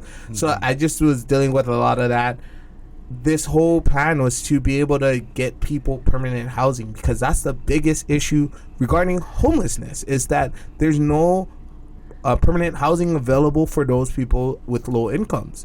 You have to be making a substantial amount nowadays to afford a one bedroom, to afford a studio. And like for me, I'm blessed because I live in still Makaha, and the rent's not too crazy, but it's still high. It's still like, I can't imagine somebody working at McDonald's paying whatever $2,000 a month for one bedroom. Right? Yeah. Like, that's kind of crazy. That is crazy. That's the reality that I always try to live in and give perspective to, is that if we can curve the housing issue by creating these low-cost modular units, putting them on land that could be either provided by state or be purchased by private owners, and then permit it so that it's legal, and that they can have the common area like a bathroom, kitchen, and shower, and then have all of these clusters, it would help with meeting the needs now, not about tomorrow. As it's about the immediate relief, because you drive in our community, you drive past every street and you see people camped out there, and it's like, what solution are we going to put towards that? And I think this is the best one yet. And on top of that, in terms of the cost benefits, if you think about that person who's on the streets, is constantly going to the emergency room, spending millions of dollars, because they rather just go there to get a hot meal, shower, and food. Then instead of investing $20,000 into a unit that will get them off the street permanently. Like that's the long-term solutions that I've kind of envisioned with this bill with the Ohana Zone. But to speak to the plan for Pu'uhonua and Owai, and I just was there on last week Friday. I did a tour with John Mizuno, the coordinator on homelessness for the governor, to basically identify how the governor is going to put his skin in the game to put money towards putting all of these projects to life. But the cool thing is that they built out they moved already to the Mauka location. So it's Puhonua o Waianae Mauka. And then the other one that the boat harbor is Makai. So the Mauka one, they already have connected the sewer lines. They're waiting to connect the water lines right now. They have the electric. They're building out the roads. They have first prototype of the units that they're going to be building with the people that are going to be living there. And then they built out the communal space. They have ag already going. They're already planting all kind of stuff, mango trees, everything you can name up there on that piece of land. It's 20 acres. And it's purchased by the nonprofit Dynamic Community Solutions, and that will go towards housing whoever wants to come from the harbor, Waianae Boat Harbor, the Makai, Puhonua will be able to go up there. And then, there's going to be potential, because Auntie Twinkle is so special that literally the thing that garnered my respect for her the most was I was doing this cleanup Lahi Lahi Beach Park, and there's this family, this lady and her 2 kids, and they were living underneath like some bushes, like real life in Makaha. And I was like, oh, what the heck, like we're doing this cleanup and we're trying to get everybody out because we're trying to keep the place clean. And then she was like, I don't got nowhere to go, da da da da da. So I went and tried. I had this handout that I was giving out for people who were homeless. Like, here, call this services, try to figure it out right on your own kind of thing. But I would, of course, assist them if they wanted it. But so I went through to do that because, of course, she had the kids, blah, blah, blah. Called everybody. Nobody could take her. And I was like, yikes. And so I was like, last person I'm gonna call is Auntie Twinkle. Auntie Twinkle, can this lady come over here, da da da da da. And sure enough, Auntie was like, of course, I'm making a space for her right now. And I literally drove that lady in the truck straight with all her stuff in the truck to Auntie Twinkle's Boat Harbor, and she had a whole pallet like fenced off, and like the whole tent, a bed in there, clothes, telling her, hey, we got the donation tent if you need stuff. That's Aloha right there. That's what I seen, right? Yeah. So then when people talk about like what is she doing or is she corrupt, all that, I'm like, when you witness that firsthand, when all options have been exhausted and nobody came through, and the only person that came through was Auntie Twinkle, like, salute to her. And that's how I feel about her, and that's why we've been working so closely to finally get this dream off the ground and to come to fruition, and she's doing it. If you guys come out there, I'd love to connect you guys so you guys can see it yourself. But it's beautiful. They're walking the talk, and that's all you can ask for at the end of the day. Man, too bad you can't. I don't know. You might be able to. Maybe she can teach, but like copy paste Auntie Twinkle, so right? That's I know that's the plan. Yes, and she is remarkable. I mean, it's hard though because she's been in there. You have to find more people. So that's the thing. It's all about, like I mentioned earlier, empowering community, man. Yeah. And I think it takes someone special to step up to the plate, given the situation, given the struggle she has to go through. And what's more crazy, her and my dad were really good friends because they both were pastors. So they both did ministry, and they did it with the homeless. And so that's, my dad used to go every Sunday to Boat Harbor and go preach, and I used to come there and listen and watch the gospel and watch how he moved people, because he had the gift of gab, and he passed it on to me for sure. Yeah. And any of them tell you like, hey, I remember you when you was this small. Oh, everybody.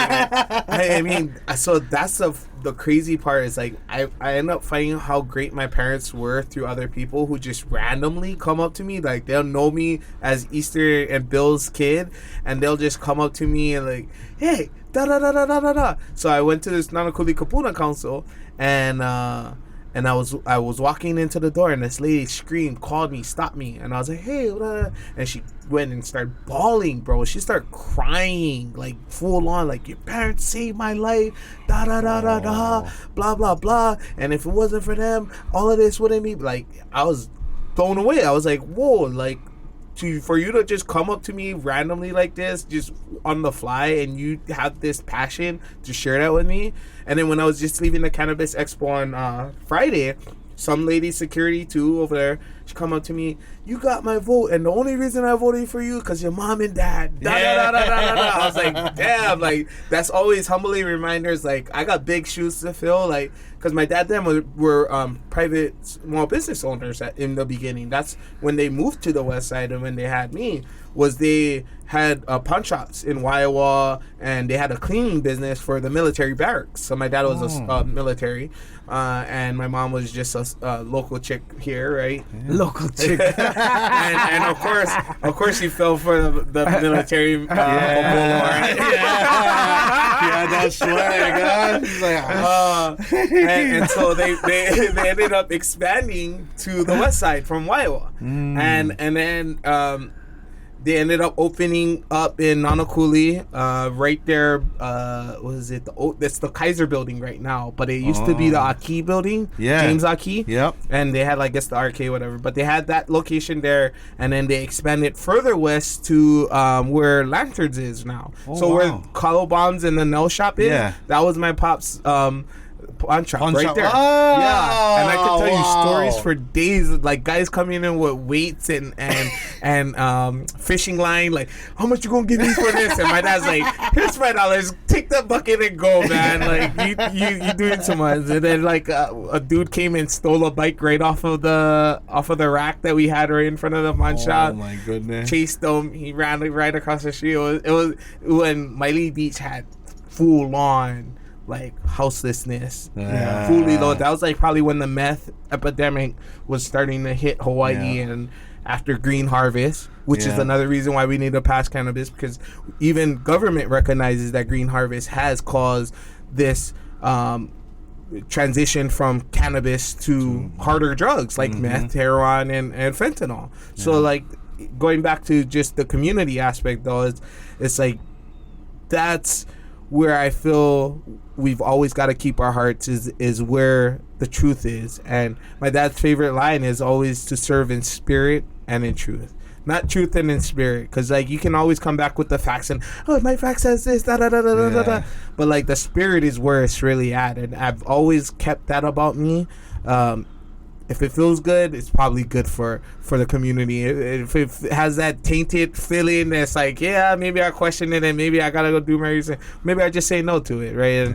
And listen to your Knowhow, right? Is what we were being told. Yeah, exactly. I can tell you, not that I'm gonna speak for your parents, but I can tell you they're very proud of you. Thank you. They're very, very proud of Appreciate that, brother. Everything you say feels so sincere. We're talking to a lot of people, and if we smell shit, we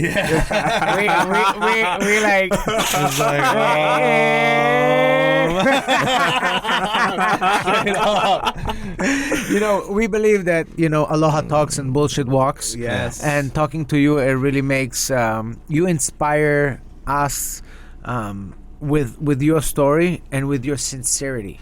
With what you really, really, really care, and that means a lot. And we definitely need more people like yourself to take Hawaii to the next level.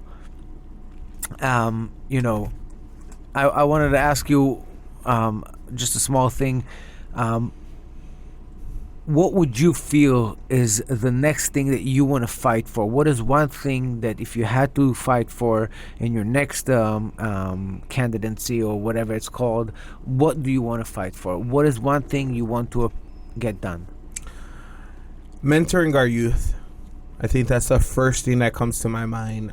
Through my nonprofit Active Hawaii, we had a lot of touch with the youth because we were hosting events specifically for the youth, which are bringing them out of the holes, right, and cracks and crevices of our community to participate in free events that was fun and had guest speakers, whether it's Yancy or UH players, all of these kind of people that we brought to the community to show people the way out, right, show them a different life. I feel like given the situations that have been occurring out there on the West Side, that's something I gotta get back to, especially given I was the youngest elected official to get elected. that I owe it to the younger generation to be that bigger brother, to be like, hey, this is the way out, like this is the routes you guys should be thinking about, because I know everybody's about the Benjamins, right? Everybody want to make money. I can tell you a million different legal ways that you can make money that doesn't involve you selling drugs to our people or robbing people or running game rooms and doing stupid crap in our community. I can show you that, and that's where I feel like I really need to invest, because you know, these are the kids that are going to be our future. And if our future isn't being cared for, if we're not being intentional about what the future looks like and where the root issues are, then we're going to end up in a bad situation, because there's going to be a lot of lost kids out here doing dumb stuff that we see already taking place now. And I think that guidance is so needed, and I hope that I can be the cool hip voice that, you know, is speaking sense, but like also trying to bring people into the fold and take into account what they have to deal with, and be that bigger brother that I wish I had, which I had bigger brothers and mentors. That is why I'm actually here. So that's why I feel even more passion to that, because I'm like, man, if that so-and-so didn't grab me off that corner, or so-and-so didn't take me out of these situations, whatever the case may be, I wouldn't be sitting here with you guys having these amazing conversations. And I feel like those kids are the ones that need the help the most. Like those ones that are going out there being shooters, the ones that are selling drugs, the ones that, like, they are lost. They're lost, and they need that guidance to bring them back, to see the positives in life, to see the potential that they truly have, and unlock that potential by giving them the opportunities to showcase those talents, to showcase their skills, to make money and make it happen for their family. Because I know a lot of our people on the West Side, that's what we do it for, right? Yeah. FMF, baby. Yeah, for my family. Yes, sir. And for my future. Well, if you need any help, I mean, we can definitely make sure that Max Holloway from the West, Ray Cooper, Carlos Tangaro, who is Nito Boxing, he's from the West. Anybody that we can connect you with and they can help you to bring to those young people, you let us know, and we will make sure to connect you with them guys, because by the end of the day, we had yesterday Christian Hosoy on, and we came to the conclusion that it's easier to listen to one of our own than to listen to one preaching that is not one of us. 100%. You know what I mean? So if there's anything that Steezy and myself can help you, the Aloha Hour can help you, you just let us know. I want to let you know right now. I just want to shout out to my brother Benny G. He came up with this great idea. He was like, Cedric, you know what you need to do? You need to create an Avengers for the West Side. I was like, what you mean Avengers for the West Side? He's like, yeah, you need a bunch of influential superhero type of people to come out and do assemblies, to come out, host events, to come out, inspire the community to be better and do better. I was like, he's like, yes, of course, contact Max, of course, contact. And I just seen Yancy at the Cannabis Expo too, and I already planted that seed in his head too. Like, hey brother, we need you. You know, the streets is getting rough out there. We need some positive energy, and nobody better than Max and Yancy, right? In terms of bringing that positivity and looking at these negative outcomes in a positive way and figuring it out. So that is something we would love to, work on. And you too. Don't act like you're not a superhero too. You're not a part of the Avengers, my brother. This is a superhero. Hell yeah. So I just wanted to put that out there, plant that seed, and mahalo for that. But you just let us know whatever we can help with, because we truly feel your determination to make a change, and that inspires me. I know it inspires Steezy. And we have a little something for you. Oh, right on. We have the Aloha Hour Hama Award. Oh, yes, what? Because you won Hama. Yeah, you. Right on. Certified Hama. Yes, sir. And I keep this in the whip with me. Keep them on the side. Just in case we gotta put up a makeshift house. I know. Exactly. You don't know. You know, man. But I also wanted to bring something else too. Forgive brother Cedric, because he's a Waianae native, but now he's running for Senate for the entire West Side in 96792. Some friends of mine from Strong Arm Hawaii. Okay. make some Nanakuli flags. Uh-oh. And I wanted to make sure you get one for Fly if you're going to be down with the town. Yes. So I wanted to throw this one to you, my brethren. Thank you, sir. Some black and gold, since you. you get the black and gold colors now on your sign. Gotta wear them like a cape now. Hey, Avengers Blade. Oh yeah. That's the one right that's there. the one. Yes, sir. So just a little action, you know. All right, love it. You're doing all the west side, you know. Okay. Yeah. Let's go. Strong arm. You gonna hold one side. Oh yeah, yeah. Let's Look at that. Hey. Hawks, baby. Hawks, baby. Let's go.